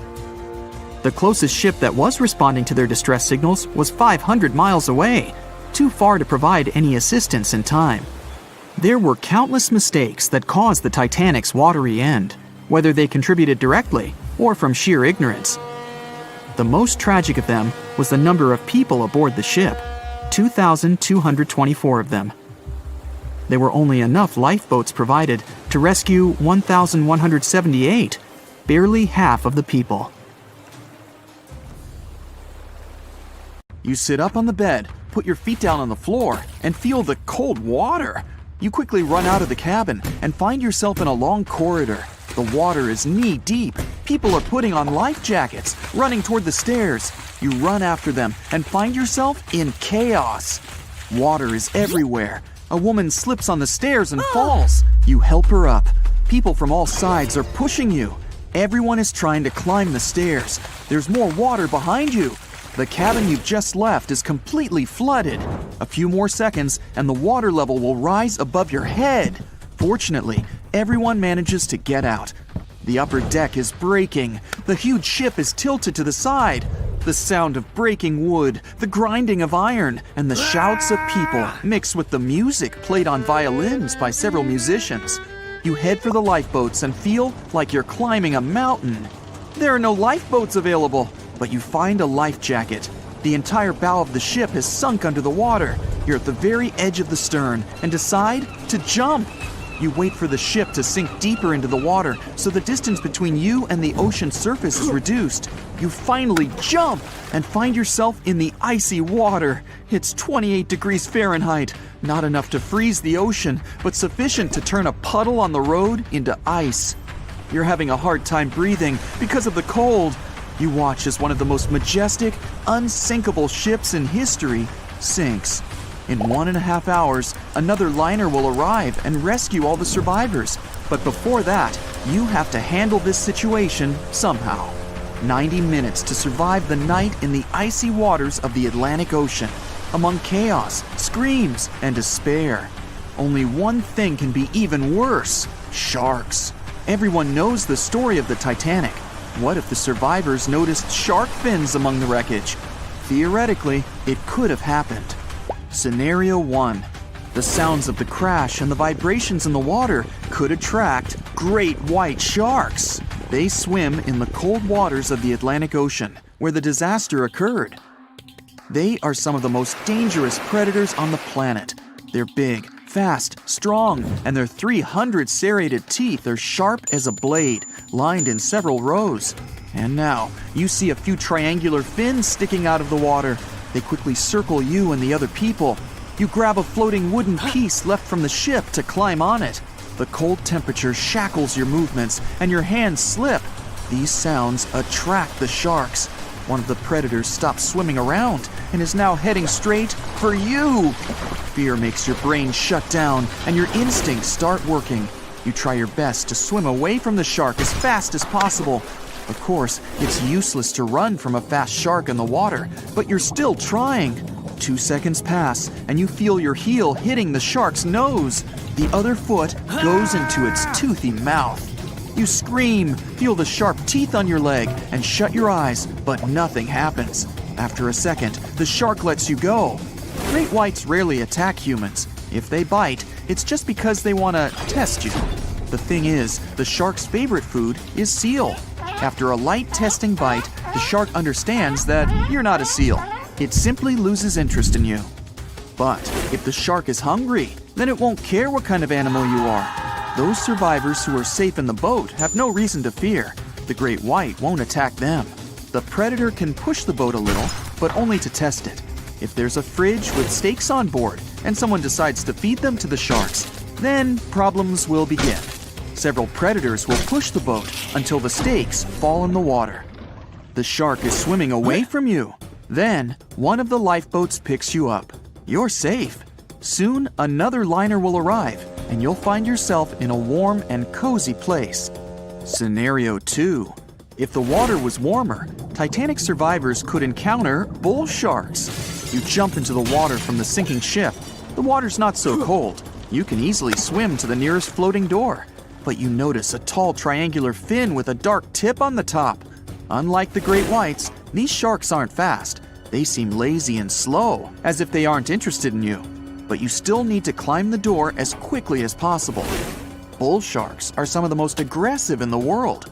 They deliberately create the illusion of slowness so their prey relaxes. At the right moment, they become agile and fast. They're called that because of their short, flattened faces, like bulls have, and their bodies are strong. These predators like to ram their prey or other sharks with their heads. As soon as you climb the door, the bull shark crashes into it and you fall into the water. Fortunately, there's a lifeboat nearby. People get you on board. Several sharks slam into the boat from all sides. It gets scary, but with your combined efforts, you keep the boat afloat. Soon, another liner arrives and scares off the predators using its loud signal and the roar of the engine. That unpleasant scenario is, luckily, impossible. Bull sharks swim only in the warm waters of the ocean. But most often, they can be found in fresh springs, river estuaries, and shallow water. That's why they're so often seen by people near beaches. Always read about the place where you're going to swim before diving in the water. The third and most likely scenario: you jump into the water, it's icy again, and you're having a hard time moving because of the cold. Your life jacket keeps you on the surface perfectly. The lights of the sinking Titanic light up the water a little, and in the black, infinite depth, you notice what looks like a large block of stone. An ancient fish, the most majestic shark in the world, is swimming near you. It's a Greenland shark. They swim even in the Arctic waters, so they're not afraid of the cold temperatures of the North Atlantic. This huge predator is bigger than a car. Each year, its length increases by 0.3 inches. You're lucky to see it, as it's one of the rarest sharks in the world. Fortunately, it has a docile nature and will not attack you.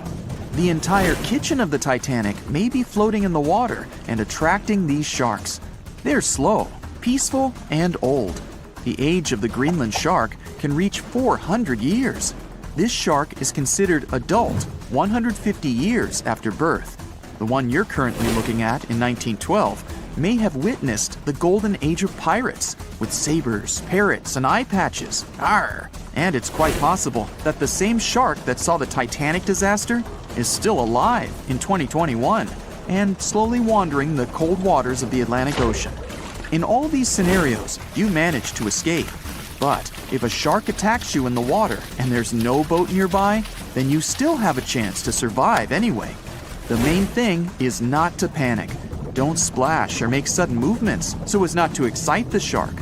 You're wearing a life jacket, so you don't have to move to stay afloat. Do not swim away from the shark, otherwise it'll think that you're its prey. The shark will be swimming around you, so don't lose sight of it. You can slowly swim away to a boat or wooden boards, anything that you can climb. If you're near the shore, then slowly swim towards it until you reach shallow water.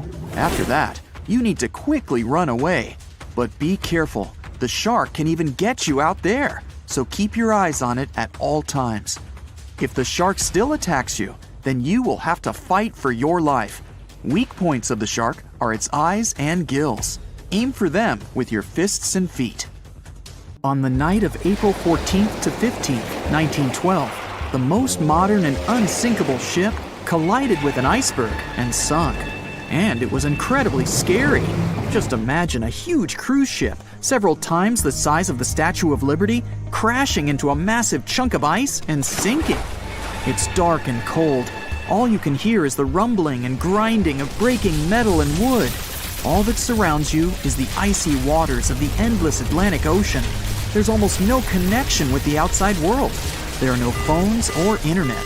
Nobody else on the whole planet knows that the ship is sinking. It's a real nightmare. But the most shocking thing is that the people who were on the Titanic that day didn't panic. They were calm, maybe a little worried, but there was no fear on their faces. To understand why they weren't afraid during one of the biggest disasters of the 20th century, you need to see what was going on through their eyes. So, you're a passenger on the infamous ocean liner. Your cabin is located on one of the top decks of the ship. You've just had a great time with your friends at dinner. Now musicians are playing a beautiful melody. Waiters are serving dessert. You go out onto the deck and enjoy the tranquility of the mighty ocean. At this moment, you feel an incredible sense of security and comfort. You're proud that you're one of the first people in the world to travel on the most high-tech ship on the planet. You go to bed in your cabin and wake up because a crew member gently knocks on your door and asks you to go to the deck. There's some kind of issue, but there's no reason to panic. No problem. You'll be happy to go out and take a look at the night sky.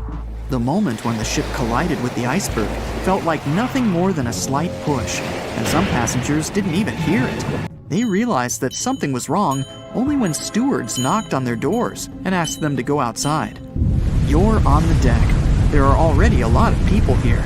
Everyone is more or less calm. Passengers are talking about what might have happened. Listening to the conversations around you, you figure out that the ship is supposedly sinking. The idea seems like nonsense to you, but even if it is true, all passengers will be evacuated in lifeboats anyway. At that time, people didn't know there were half as many rescue boats as needed. Passengers were sure that everyone would be saved. Evacuation begins. Women and children go first. No one panics or tries to get into a boat before it's their turn. All men behave gentlemanly and help crew members to evacuate women. One passenger wants to get into the boat with his wife, but it's not because he's afraid to stay on the Titanic. He's just worried. It seems to him that it's less safe in the boat than on the giant liner. He doesn't want to leave his wife alone, but the crew members explain the situation to him, and the man retreats without any resistance. They begin to launch flares into the air. No one pays any attention to this. Everyone thinks this is a standard procedure for a ship breakdown. If there had been many experienced travelers on board, they would have understood the flares were fired because the ship was in distress. Perhaps then, people would have started panicking, but most of the passengers simply didn't notice it. The boats are lowered one by one. People are watching the evacuation, patiently waiting for their turn. There's no pushing or crowding. Nobody is screaming. The actions of the crew help the passengers to remain calm. They deliberately downplay the severity of the situation to prevent panic.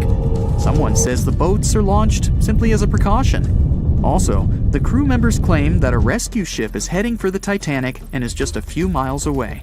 Some passengers say they see the lights of another ship. The people who are already sitting in the boats want to stay closer to the Titanic, since this way they'll feel safer. Many passengers simply don't want to believe that something serious is happening. Even when they're told the ship is sinking, they refuse to admit it. How is it possible that the unsinkable ship can sink? But this is how the human mind works. In extreme situations, it refuses to believe that something bad is going to happen now. You don't even want to think about it. One of the passengers says that it seems to her that the danger is exaggerated. She claims that all people will return to the Titanic at any moment. Some passengers are afraid, and still, they don't want to leave the ship. Warm cabins and the safest ship in the world are here. The alternative is the ice-cold ocean and small, unstable rescue boats. Someone refuses to leave the ship because they can't find their baggage. Some passengers carry all their belongings with them. They don't want to leave them on the sinking ship. There are many immigrants on board, and some of them don't even understand English. The crew members can't explain to them what's happening. These passengers misunderstand stewards' instructions during the evacuation. They can't figure out the inscriptions on the evacuation signs. Many passengers are sure there's been some kind of breakdown in the engine compartment.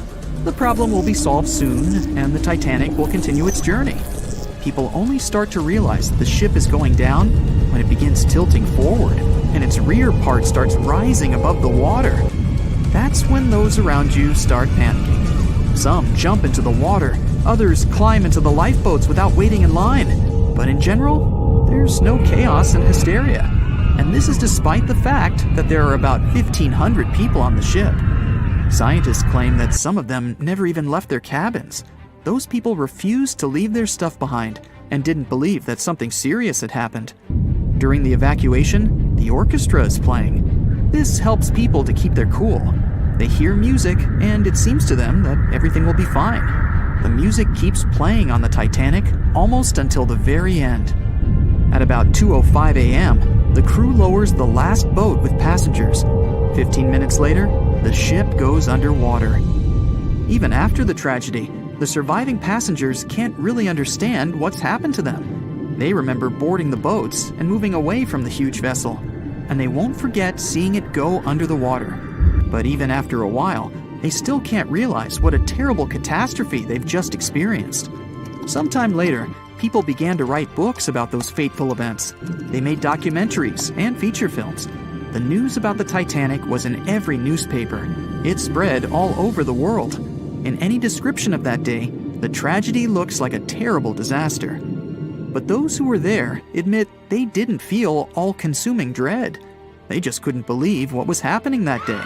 The tragedy of the Titanic might seem more terrible for people who heard about it than for people who experienced it. Many people around the world refused to go on board large ocean liners after the catastrophe. They were afraid of what could happen to them. At the same time, a lot of passengers who survived on the Titanic continued to travel by other ships. There was a woman who survived 3 shipwrecks, including the Titanic, and she still continued traveling.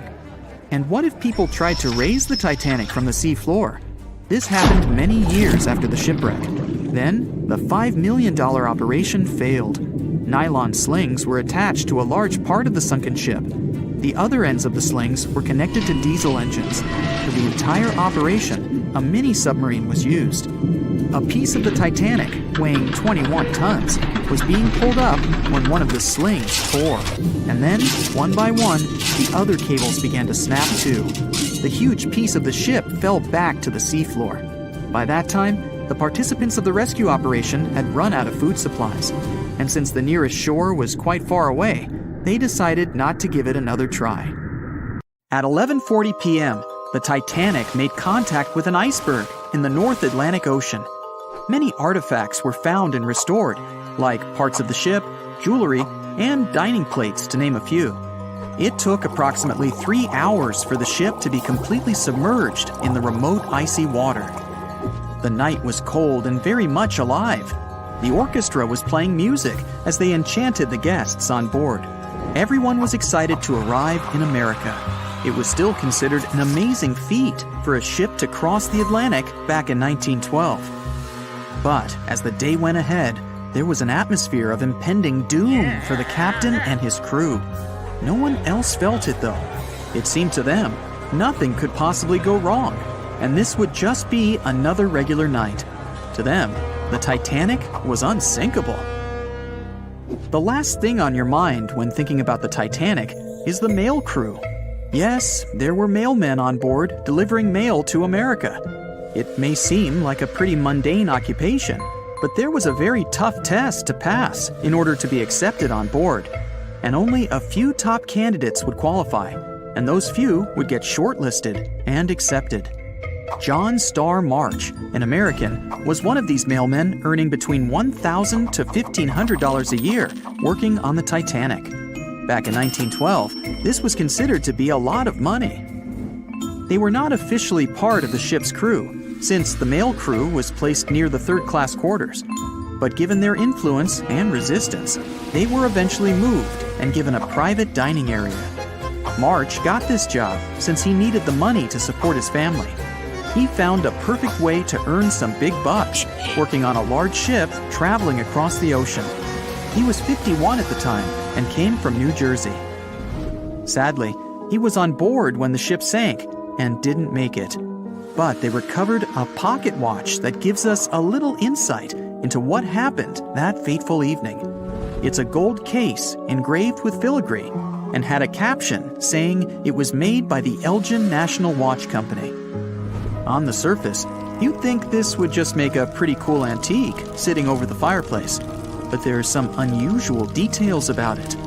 There are obvious signs water seeped beneath the glass, and the black arms of the watch indicate the time to be exactly 1:27. It leaves us wondering why the clock stopped at this precise hour. What was the owner doing? The mail clerks were operating a fully functioning and efficient mail sorting facility on board the Titanic. This wasn't something you'd come by often on a cruise ship, since typical ocean liners use closed mail bags to transport the mail from one port to another. But the mail sorting facility on the Titanic allowed passengers to send out postcards whenever the ship docked in transit zones in Ireland and France. According to reports, people started heading back to their rooms at around 11 p.m., but some of them were still hanging around and enjoying their night. The 5 mailmen were celebrating a colleague's birthday in their separate dining room. 5 minutes before impact, crew members spotted the Iceberg and rang the bell 3 times as a warning that something was ahead of the ship. They gave orders for the Titanic to move left, or, as they say in the biz, hard a starboard, to make the engines reverse. It was not enough to avoid the great impact. At 11:40 p.m., the Titanic struck the Iceberg, and disaster erupted on the inside. Not just water seeping in and ultimately sinking the ship, but panic and chaos among the passengers and crew members. Captain Smith reached the deck and was informed that the Titanic had hit an iceberg. And at the same time, the mailroom began filling with water. We know that the 880-foot ship was completely submerged at around 2:20 a.m., with 706 survivors. The time between the impact and the sinking was really eventful. At midnight, they started getting the lifeboats ready for the passengers to evacuate. Orders were given for women and children to board the safety boats with some crewmen to guide and operate them. The problem was that the 20 safety boats available could only host 1,178 people out of the total of more than 2,200 passengers on board. March and his colleagues began sorting out the mail. There was chaos in directing and ordering around. With each second passing, icy cold water was filling the ship. 15 minutes after midnight, Captain Smith ordered his crew members to send out a distress signal. Even though SOS was established earlier than the Titanic, many others used CQD.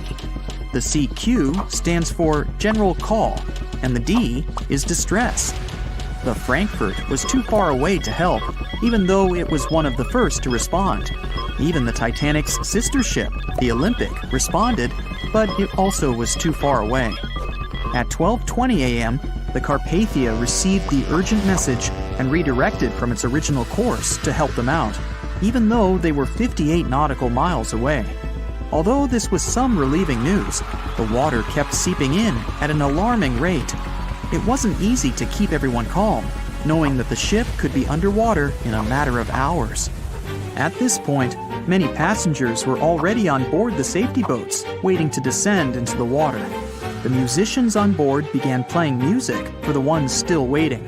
At first, they were playing in the first-class lounge, and then they moved to the deck. There's a debate on how long they were playing for, and what song it was. None of the musicians made it out. The 5 mailmen on board were also doing their duties while the ship was sinking. According to a ship officer, the mailroom was already covered in water above the ankles, and the mailmen were busy trying to save as much mail as they could. March was one of them. There were bags of mail floating around.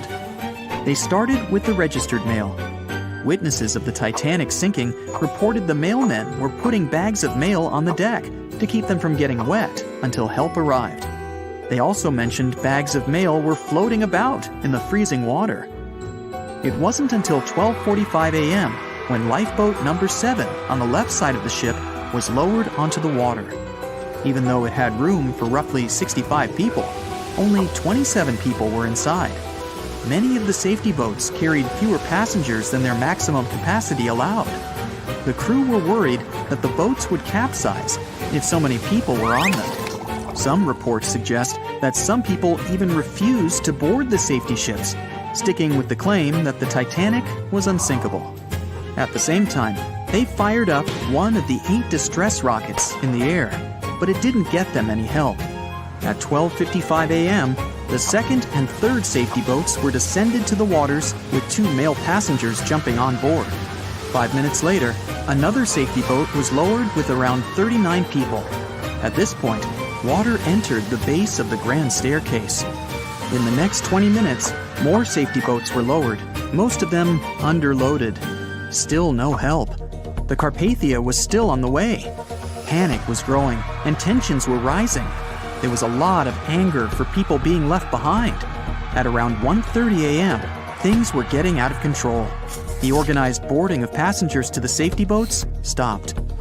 March's watch stopped 3 minutes earlier, which could mean he was part of the scuffle between crew members and passengers.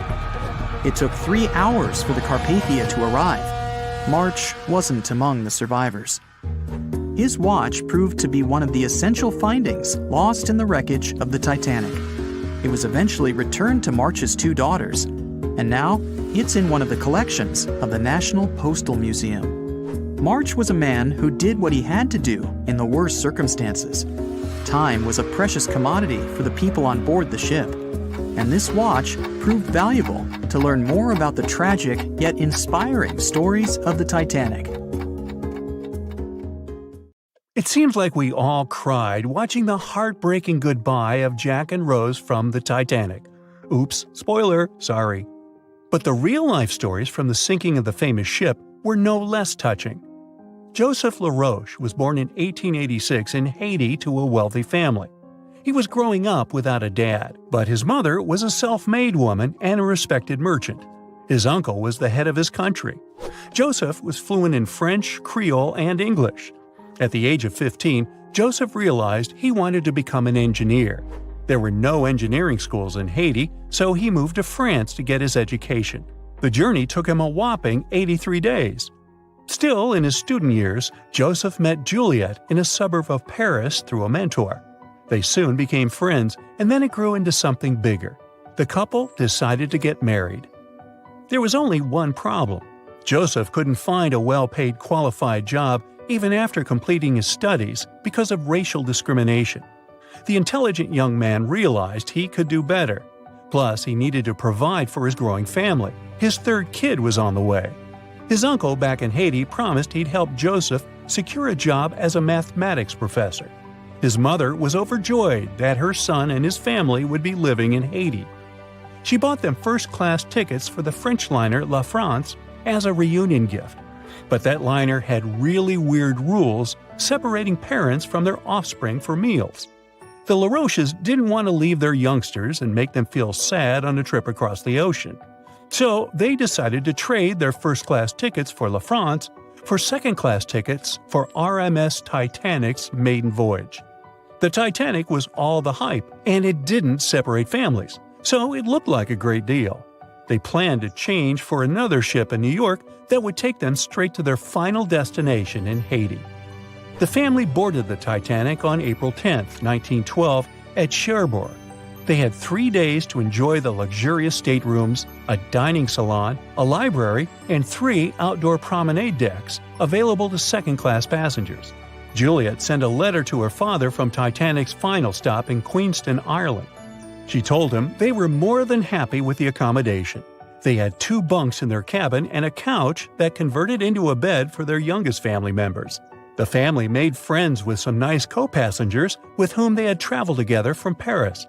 She thought they had been the only other French people on board, so they sat together for meals. Juliet mentioned they had all spent time together on the deck of the liner.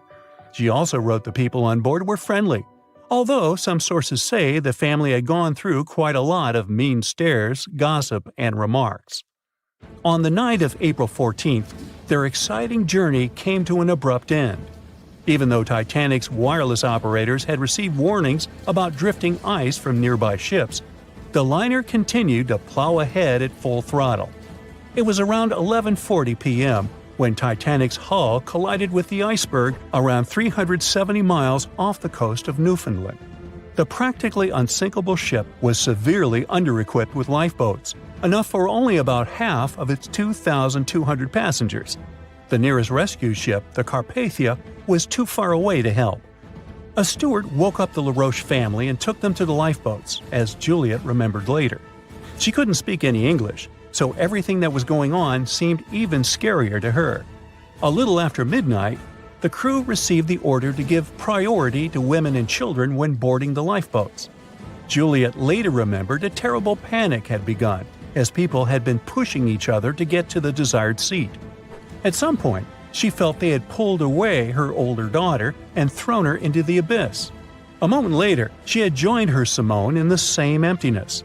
So, pregnant Juliet and her two daughters got spots in Lifeboat 14. But they had to say goodbye to Joseph as the boat was being lowered into the sea. He wrapped his coat around Juliet, saying she'd need it, and promised to get in another lifeboat and see her and the little ones again in New York. The 25-year-old Joseph LaRoche didn't manage to stay true to his word. In a couple of hours, Titanic sank underwater, taking the lives of almost 1,500 people. Joseph was one of them. Juliet and the girls were among the 700 survivors who had been rescued by the Cunard liner Carpathia several hours later. Once they reached New York, they were looking through the crowds of people, hoping to see Joseph again. When it became obvious they wouldn't find him, it was time for them to decide what to do and where to go. Without any knowledge of English or money that had gone down with the ship, Juliet managed to survive in America only for 3 weeks, and then had no other choice but to go back to France. Joseph's uncle was no longer able to help them, as others had taken his life 4 months after the Titanic tragedy. In December 1912, Juliet gave birth to a son who she named Joseph after his father. For the rest of her life, she couldn't get over the loss of her beloved husband. That's why she didn't like to speak about what had happened on Titanic and told her children not to mention it. In 1995, a member of the Titanic Historical Society interviewed Louise, who was the last remaining LaRoche child and the last French survivor of the sinking. And that's when the world first heard about this heartbreaking story. It inspired some plays and articles, but it never got the same attention as the story of other passengers. You probably remember the elderly couple going down together in their bed on the Titanic. It was inspired by Isidor and Ida Strauss. They were both born in Germany and emigrated to the United States as kids. They met in New York and got married 5 years later. Isidor started a china and porcelain business with his brother that grew into the glassware department at Macy's and turned them into multimillionaires. Isidor and Ida were well known in New York, not only for their wealth and charity, but also for their love and devotion to each other. In 1912, the couple decided to run away from the New York winters and headed for Europe. By that time, they'd already been married for 40 years. In early April, it was time for them to sail back home to New York. They normally traveled on huge German liners, but at that time, they couldn't resist the hype of everyone talking about that new luxury liner, the RMS Titanic. That's how they ended up in one of the first-class private suites at the top of the ship. The Strauss couple spent their evenings dining in front of a live orchestra in a hall filled with fancy furniture and expensive wooden paneling. On the night of April 14th, they felt a slight tremor and then left their private suite and waited for instructions from the crew. They told the passengers not to lose their passes, as they'd need them when everyone got back on board. But the ship was going under. The Strauss couple were standing next to Lifeboat 8. Mr. Strauss, who was 67 at the time, was offered a seat with his wife because of his age. He refused it, saying he was not too old to sacrifice himself for a woman. He wanted to wait and make sure no women and kids were left behind. Ellen Bird, Ida's maid, hesitated before getting on the lifeboat, but Ida told her to go. She took the easy decision not to leave her husband on the sinking ship. Ida took off her beautiful mink coat and handed it to her shivering maid, saying she wouldn't be needing it anymore. Isidor didn't manage to convince her to save herself, so they stayed together till the end. Some of the surviving first-class passengers later remembered they had seen the couple standing peacefully on the deck, holding hands, just waiting. You remember those heartbreaking scenes from the Titanic. either from books or movies, right? You know, the ones where the boat was sinking, and there's nothing anyone could have done about it. Well, it turns out that that story isn't entirely true. At least, according to a historian and author of a book detailing events from that unlucky ship. If what he claims is true, every soul on the Titanic could have been saved.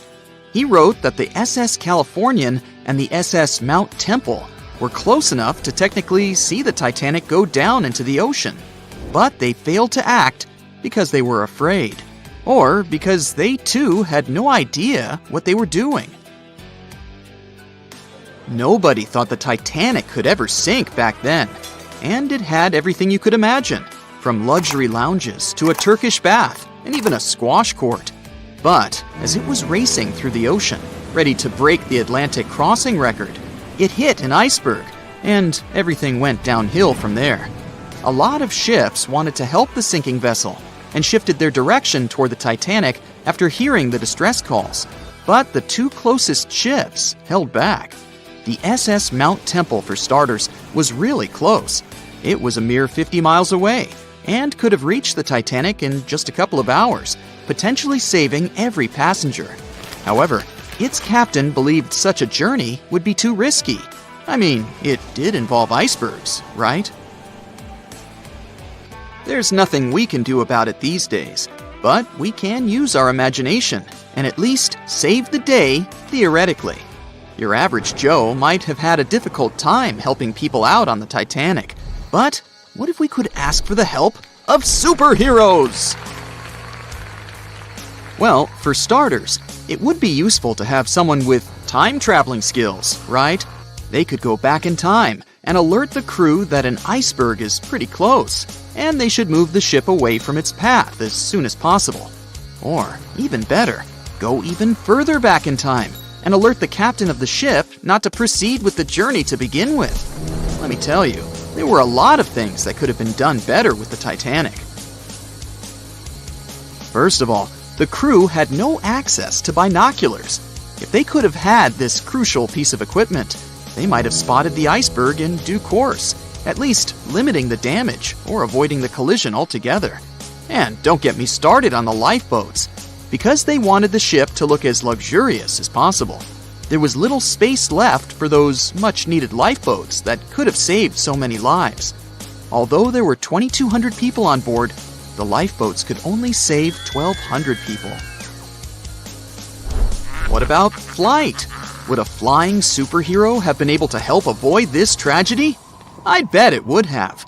This superhero could have surveyed the area, especially during the night when there's low visibility to begin with.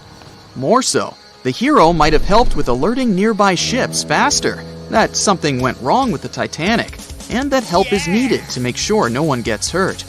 If someone on board might have been able to fly, maybe they could have airlifted a bunch of passengers to safety too. Laser vision? Now that would have been cool. A person with laser vision would have pulverized that iceberg in no time.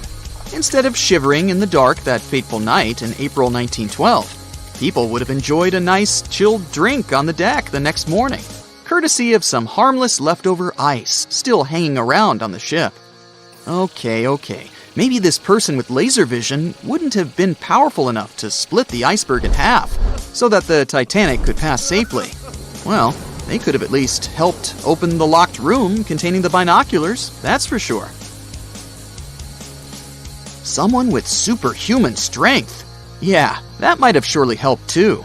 They could have placed themselves between the ship and the iceberg, preventing the collision from happening. If, say, they just happened to be snoozing when the Titanic hit the huge block of ice, no biggie. They would have simply kept the Titanic afloat until nearby ships came around to rescue all the people on board. If you'd have had underwater breathing abilities, you'd have at least been able to save yourself on the Titanic. I mean, technically, there's nothing much you could have done differently on the boat. Maybe you could have saved a bunch of other passengers, but only if you were strong enough to keep them afloat, while you comfortably swam completely underwater. If a person on board had been able to control the elements, that would have been amazing. Not only would it have saved a lot, if not all, of the passengers, it would have been fascinating to watch. Such a superhero would have been able to keep water away from the Titanic's injuries after it hit the iceberg. If they were agile enough and had seen the iceberg before it hit the ship, they could have transformed the big block of ice into water with just the snap of a finger. If we look at the records from that night, everything happened very fast with the Titanic. Wouldn't it have been nice to have someone on board who could slow down time? For the sake of the story, let's also imagine this person had a finely tuned intuition. They could have sensed something was wrong by the way the air smelled, or by the reaction of the crew when the iceberg was first spotted. With a simple gesture of their hands, they would have slowed down time, almost to the point of stillness. They could have checked the records from the ship, its unusually fast speed, and could have alerted the captain to decide in time. The Titanic could have been stopped, or it could have been diverted away from the iceberg. A superhero with night vision would have been useful too. At least the superhero would have spotted the iceberg sooner than everyone else. Given that the hero could have seen a lot better in low light conditions, that hero would have probably better managed the rescue efforts that disastrous night. Invisibility? Would this superpower have saved the Titanic from sinking to the bottom of the Atlantic? I could think of a possible scenario or two. Anyone with the power to become invisible whenever they want to would have probably gone snooping around the ship. I mean, you have to remember, the Titanic had some of the most important members of society on board. It wasn't just any regular boat. It was probably buzzing with the latest gossip. In between all that mundane information, this superhero could have overheard the captain saying they were going faster than they should have, or that there weren't enough lifeboats to save everyone in case there was a major problem. Who knows what this curious superhero might have done with all this information? Some sort of sorcerer would have saved the Titanic if they were on board, I'm sure. There has to be some sort of magic spell in a book out there that's useful for sinking ships, right? Maybe one that could have helped weld the metal back together after it got hit by the iceberg. Or maybe one that could have airlifted the entire vessel to safety after it got hit. How about a spell that would have transformed the Titanic into a submarine, creating a protective layer around it so it could comfortably move under the sea? That surely would have been cool, and would have offered passengers a truly unique experience. The ability to speak to animals, or fish, would have certainly been useful too. Even if all else failed, so the Titanic would have still struck the iceberg, and it would have still been filled with water and ended up near the seabed, people could have still been saved. That's because you'd have had someone on board who could have instructed dolphins to carry people to safety. I'm sure those intelligent creatures would have been happy to help. It was the start of 1912. A giant chunk of ice broke off a glacier in southwest Greenland. The ice was made up of snow that had fallen thousands of years before the event, perhaps as far back as when mammoths still roamed the earth. The iceberg started its journey.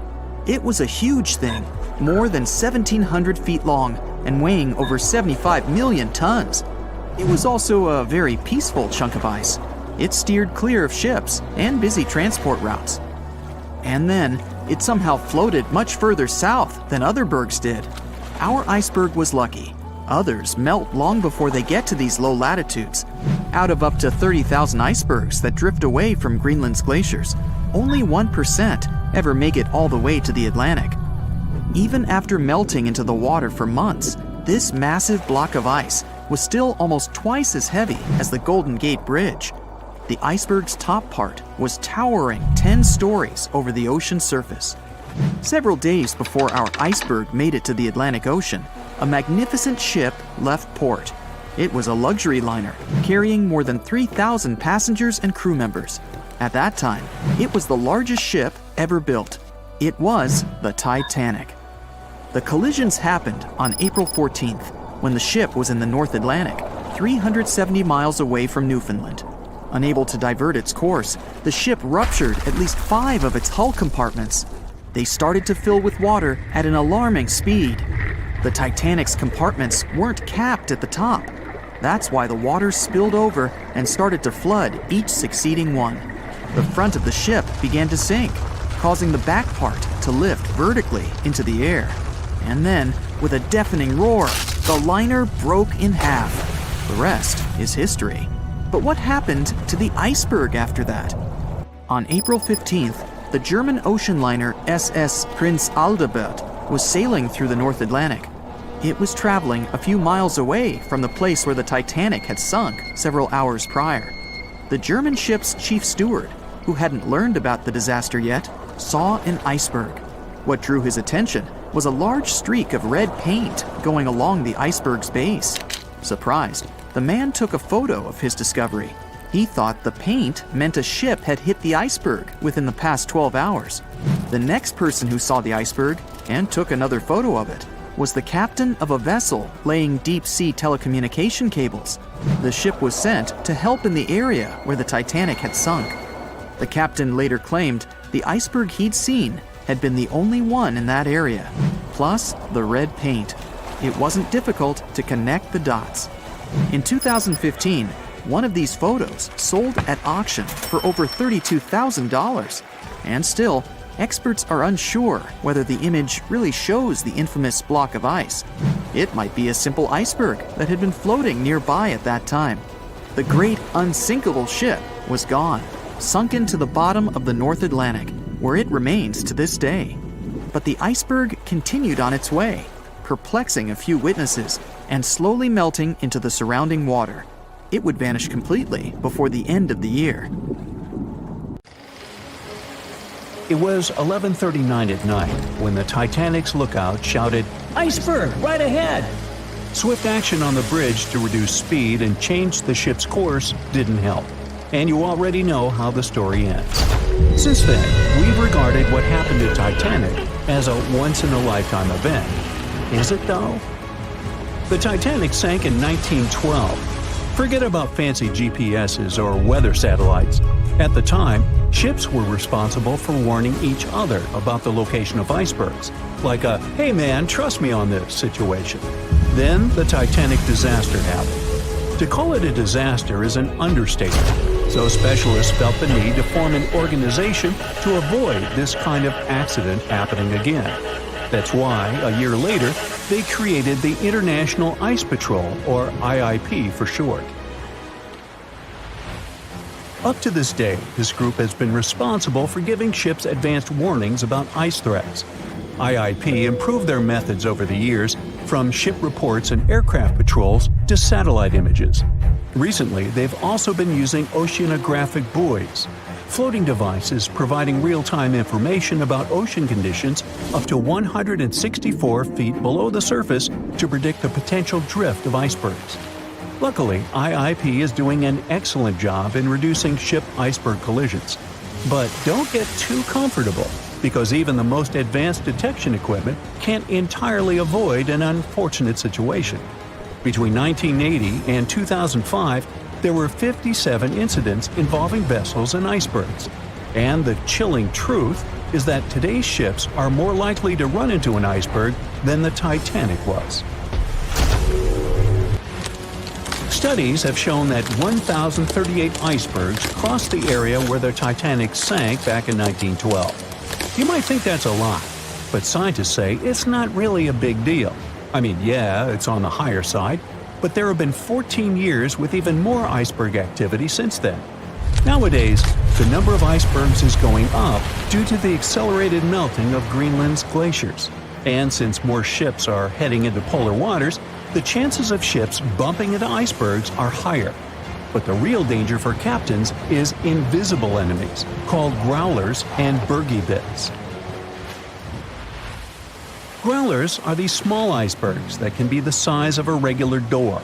And bergy bits are also considered small, measuring around the size of a school bus. These icebergs might seem harmless, but they're actually tricky since they can be completely invisible to radars or satellites. Let's see what happens when a modern cruise ship as big as the Titanic hits one of these small icebergs. Meet the Norwegian Sun, a luxurious cruise ship like Titanic, as it has the capacity to accommodate 2,400 passengers and more than 900 crew members. On July 2022, this cruise ship was on its way to Hubbard Glacier in Alaska when it found itself in the middle of a dense fog. Suddenly, passengers felt an impact and were terrified as the ship experienced a severe jolt. The fog immediately cleared and they realized what had happened. The Norwegian Sun had collided with an iceberg of the growler type. But the outcome was entirely different from Titanic. Thankfully, there were no injuries, and both the passengers and staff reached the Alaskan docks safely. Expert divers checked the condition of the boat, and they discovered that the ship had suffered some damage after the collision, so the rest of the trip was canceled. Now don't stress about packing for your next trip across the Atlantic, because accidents like the one with the Norwegian Sun are really rare. I mean, it's common for ships to encounter ice, but what's unusual is for it to be a problem. Most modern cruise ships wouldn't get physically damaged by an iceberg, and there's a reason for that. You see, the steel used in the Titanic also played a significant role in the disaster. The unsinkable ship, after all, was not so impact-resistant. Back then, the Titanic's hull was constructed using around 2,000 steel plates, which are believed to have been produced in an open hearth furnace. As a result, the steel contained a high concentration of phosphorus, oxygen, and sulfur. High levels of these elements make steel brittle at low temperatures, causing it to fail upon impact. While the steel used on the Titanic was of the highest quality available at the time, it wouldn't meet the safety standards of modern ships, and it was approximately 10 times less safe than what today's vessels use. But the most significant difference between the design of the Titanic and a modern ship lies in how the hull is put together. You see, the Titanic was built using over 3 million rivets for its hull and upper deck structure. So, when it struck the iceberg, the rivets started a chain reaction, causing the entire section of the hull to collapse simultaneously, causing an uncontrollable flood of water. In contrast, modern ships use a method called submerged arc welding, which fuses the edges of metal pieces together, creating a strong and continuous bond. This is safer because if any part of the ship gets damaged, the tear doesn't spread, making things worse. The damage remains contained within that section. Okay, so small icebergs are becoming more common, and vessels have been adapted to deal with them. But there's still one more scenario to consider. What if a huge cruise ship hit an iceberg the size of a 5-story building? Imagine we've just created the world's largest cruise ship on the planet. Let's call it the Bright Seaside. Our floating resort is massive, 4 times the size of the Statue of Liberty. It's longer than the Titanic by 318 feet and carries about 3 times more passengers and crew. And just like the Titanic, our fictional ship can cruise at a top speed of around 23 knots. Now, picture this scenario. The Bright Seaside is cruising at full speed in freezing waters. It's the middle of the night, and the captain doesn't realize that all the iceberg detecting equipment on board isn't functioning. It stopped working 3 days ago. It's very foggy out there, and the lookout also fails to spot a 45-foot tall iceberg. If that whole situation played out, and the ship smacked into the iceberg head-on, well, it could potentially lead to a sinking. But you can see how unlikely that is, right? That's why experts are quite confident in saying that ice isn't likely to sink modern cruise ships. It's also worth mentioning that safety measures have improved a lot since Titanic. A modern large vessel can take days to sink, which provides enough time to keep everyone safe. Crews are definitely better prepared to handle evacuation procedures, and passengers should also go through safety training before cruising. I know, it is annoying to do that when all you want to do is drink a lemonade or some other beverage by the pool. But, all these safety tips are what saved the MS Explorer from becoming a modern Titanic. You see, back in 2007, all 154 people on board this Antarctic cruise ship managed to get into lifeboats after the ship hit an iceberg. Now imagine their panic as they waited for help for 4 hours. The crew did an excellent job in keeping everybody safe, no doubt. But a report that came out 2 years later said that the MS Explorer accident had happened because of the inexperience of the captain, who had pushed the ship too fast into a wall of ice in the freezing waters of Antarctica. That means that no matter how much tech a ship's got or how fancy its materials are, if you've got a careless captain and a crew that doesn't know how to handle an iceberg hit, yep, a disaster similar to Titanic could happen again. But hey, you shouldn't stress over it. Trust the professionals and keep in mind the odds.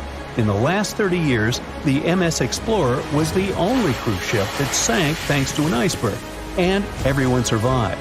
So kick back and enjoy your sea vacation. That's it for today. So hey, if you pacified your curiosity, then give the video a like and share it with your friends. Or if you want more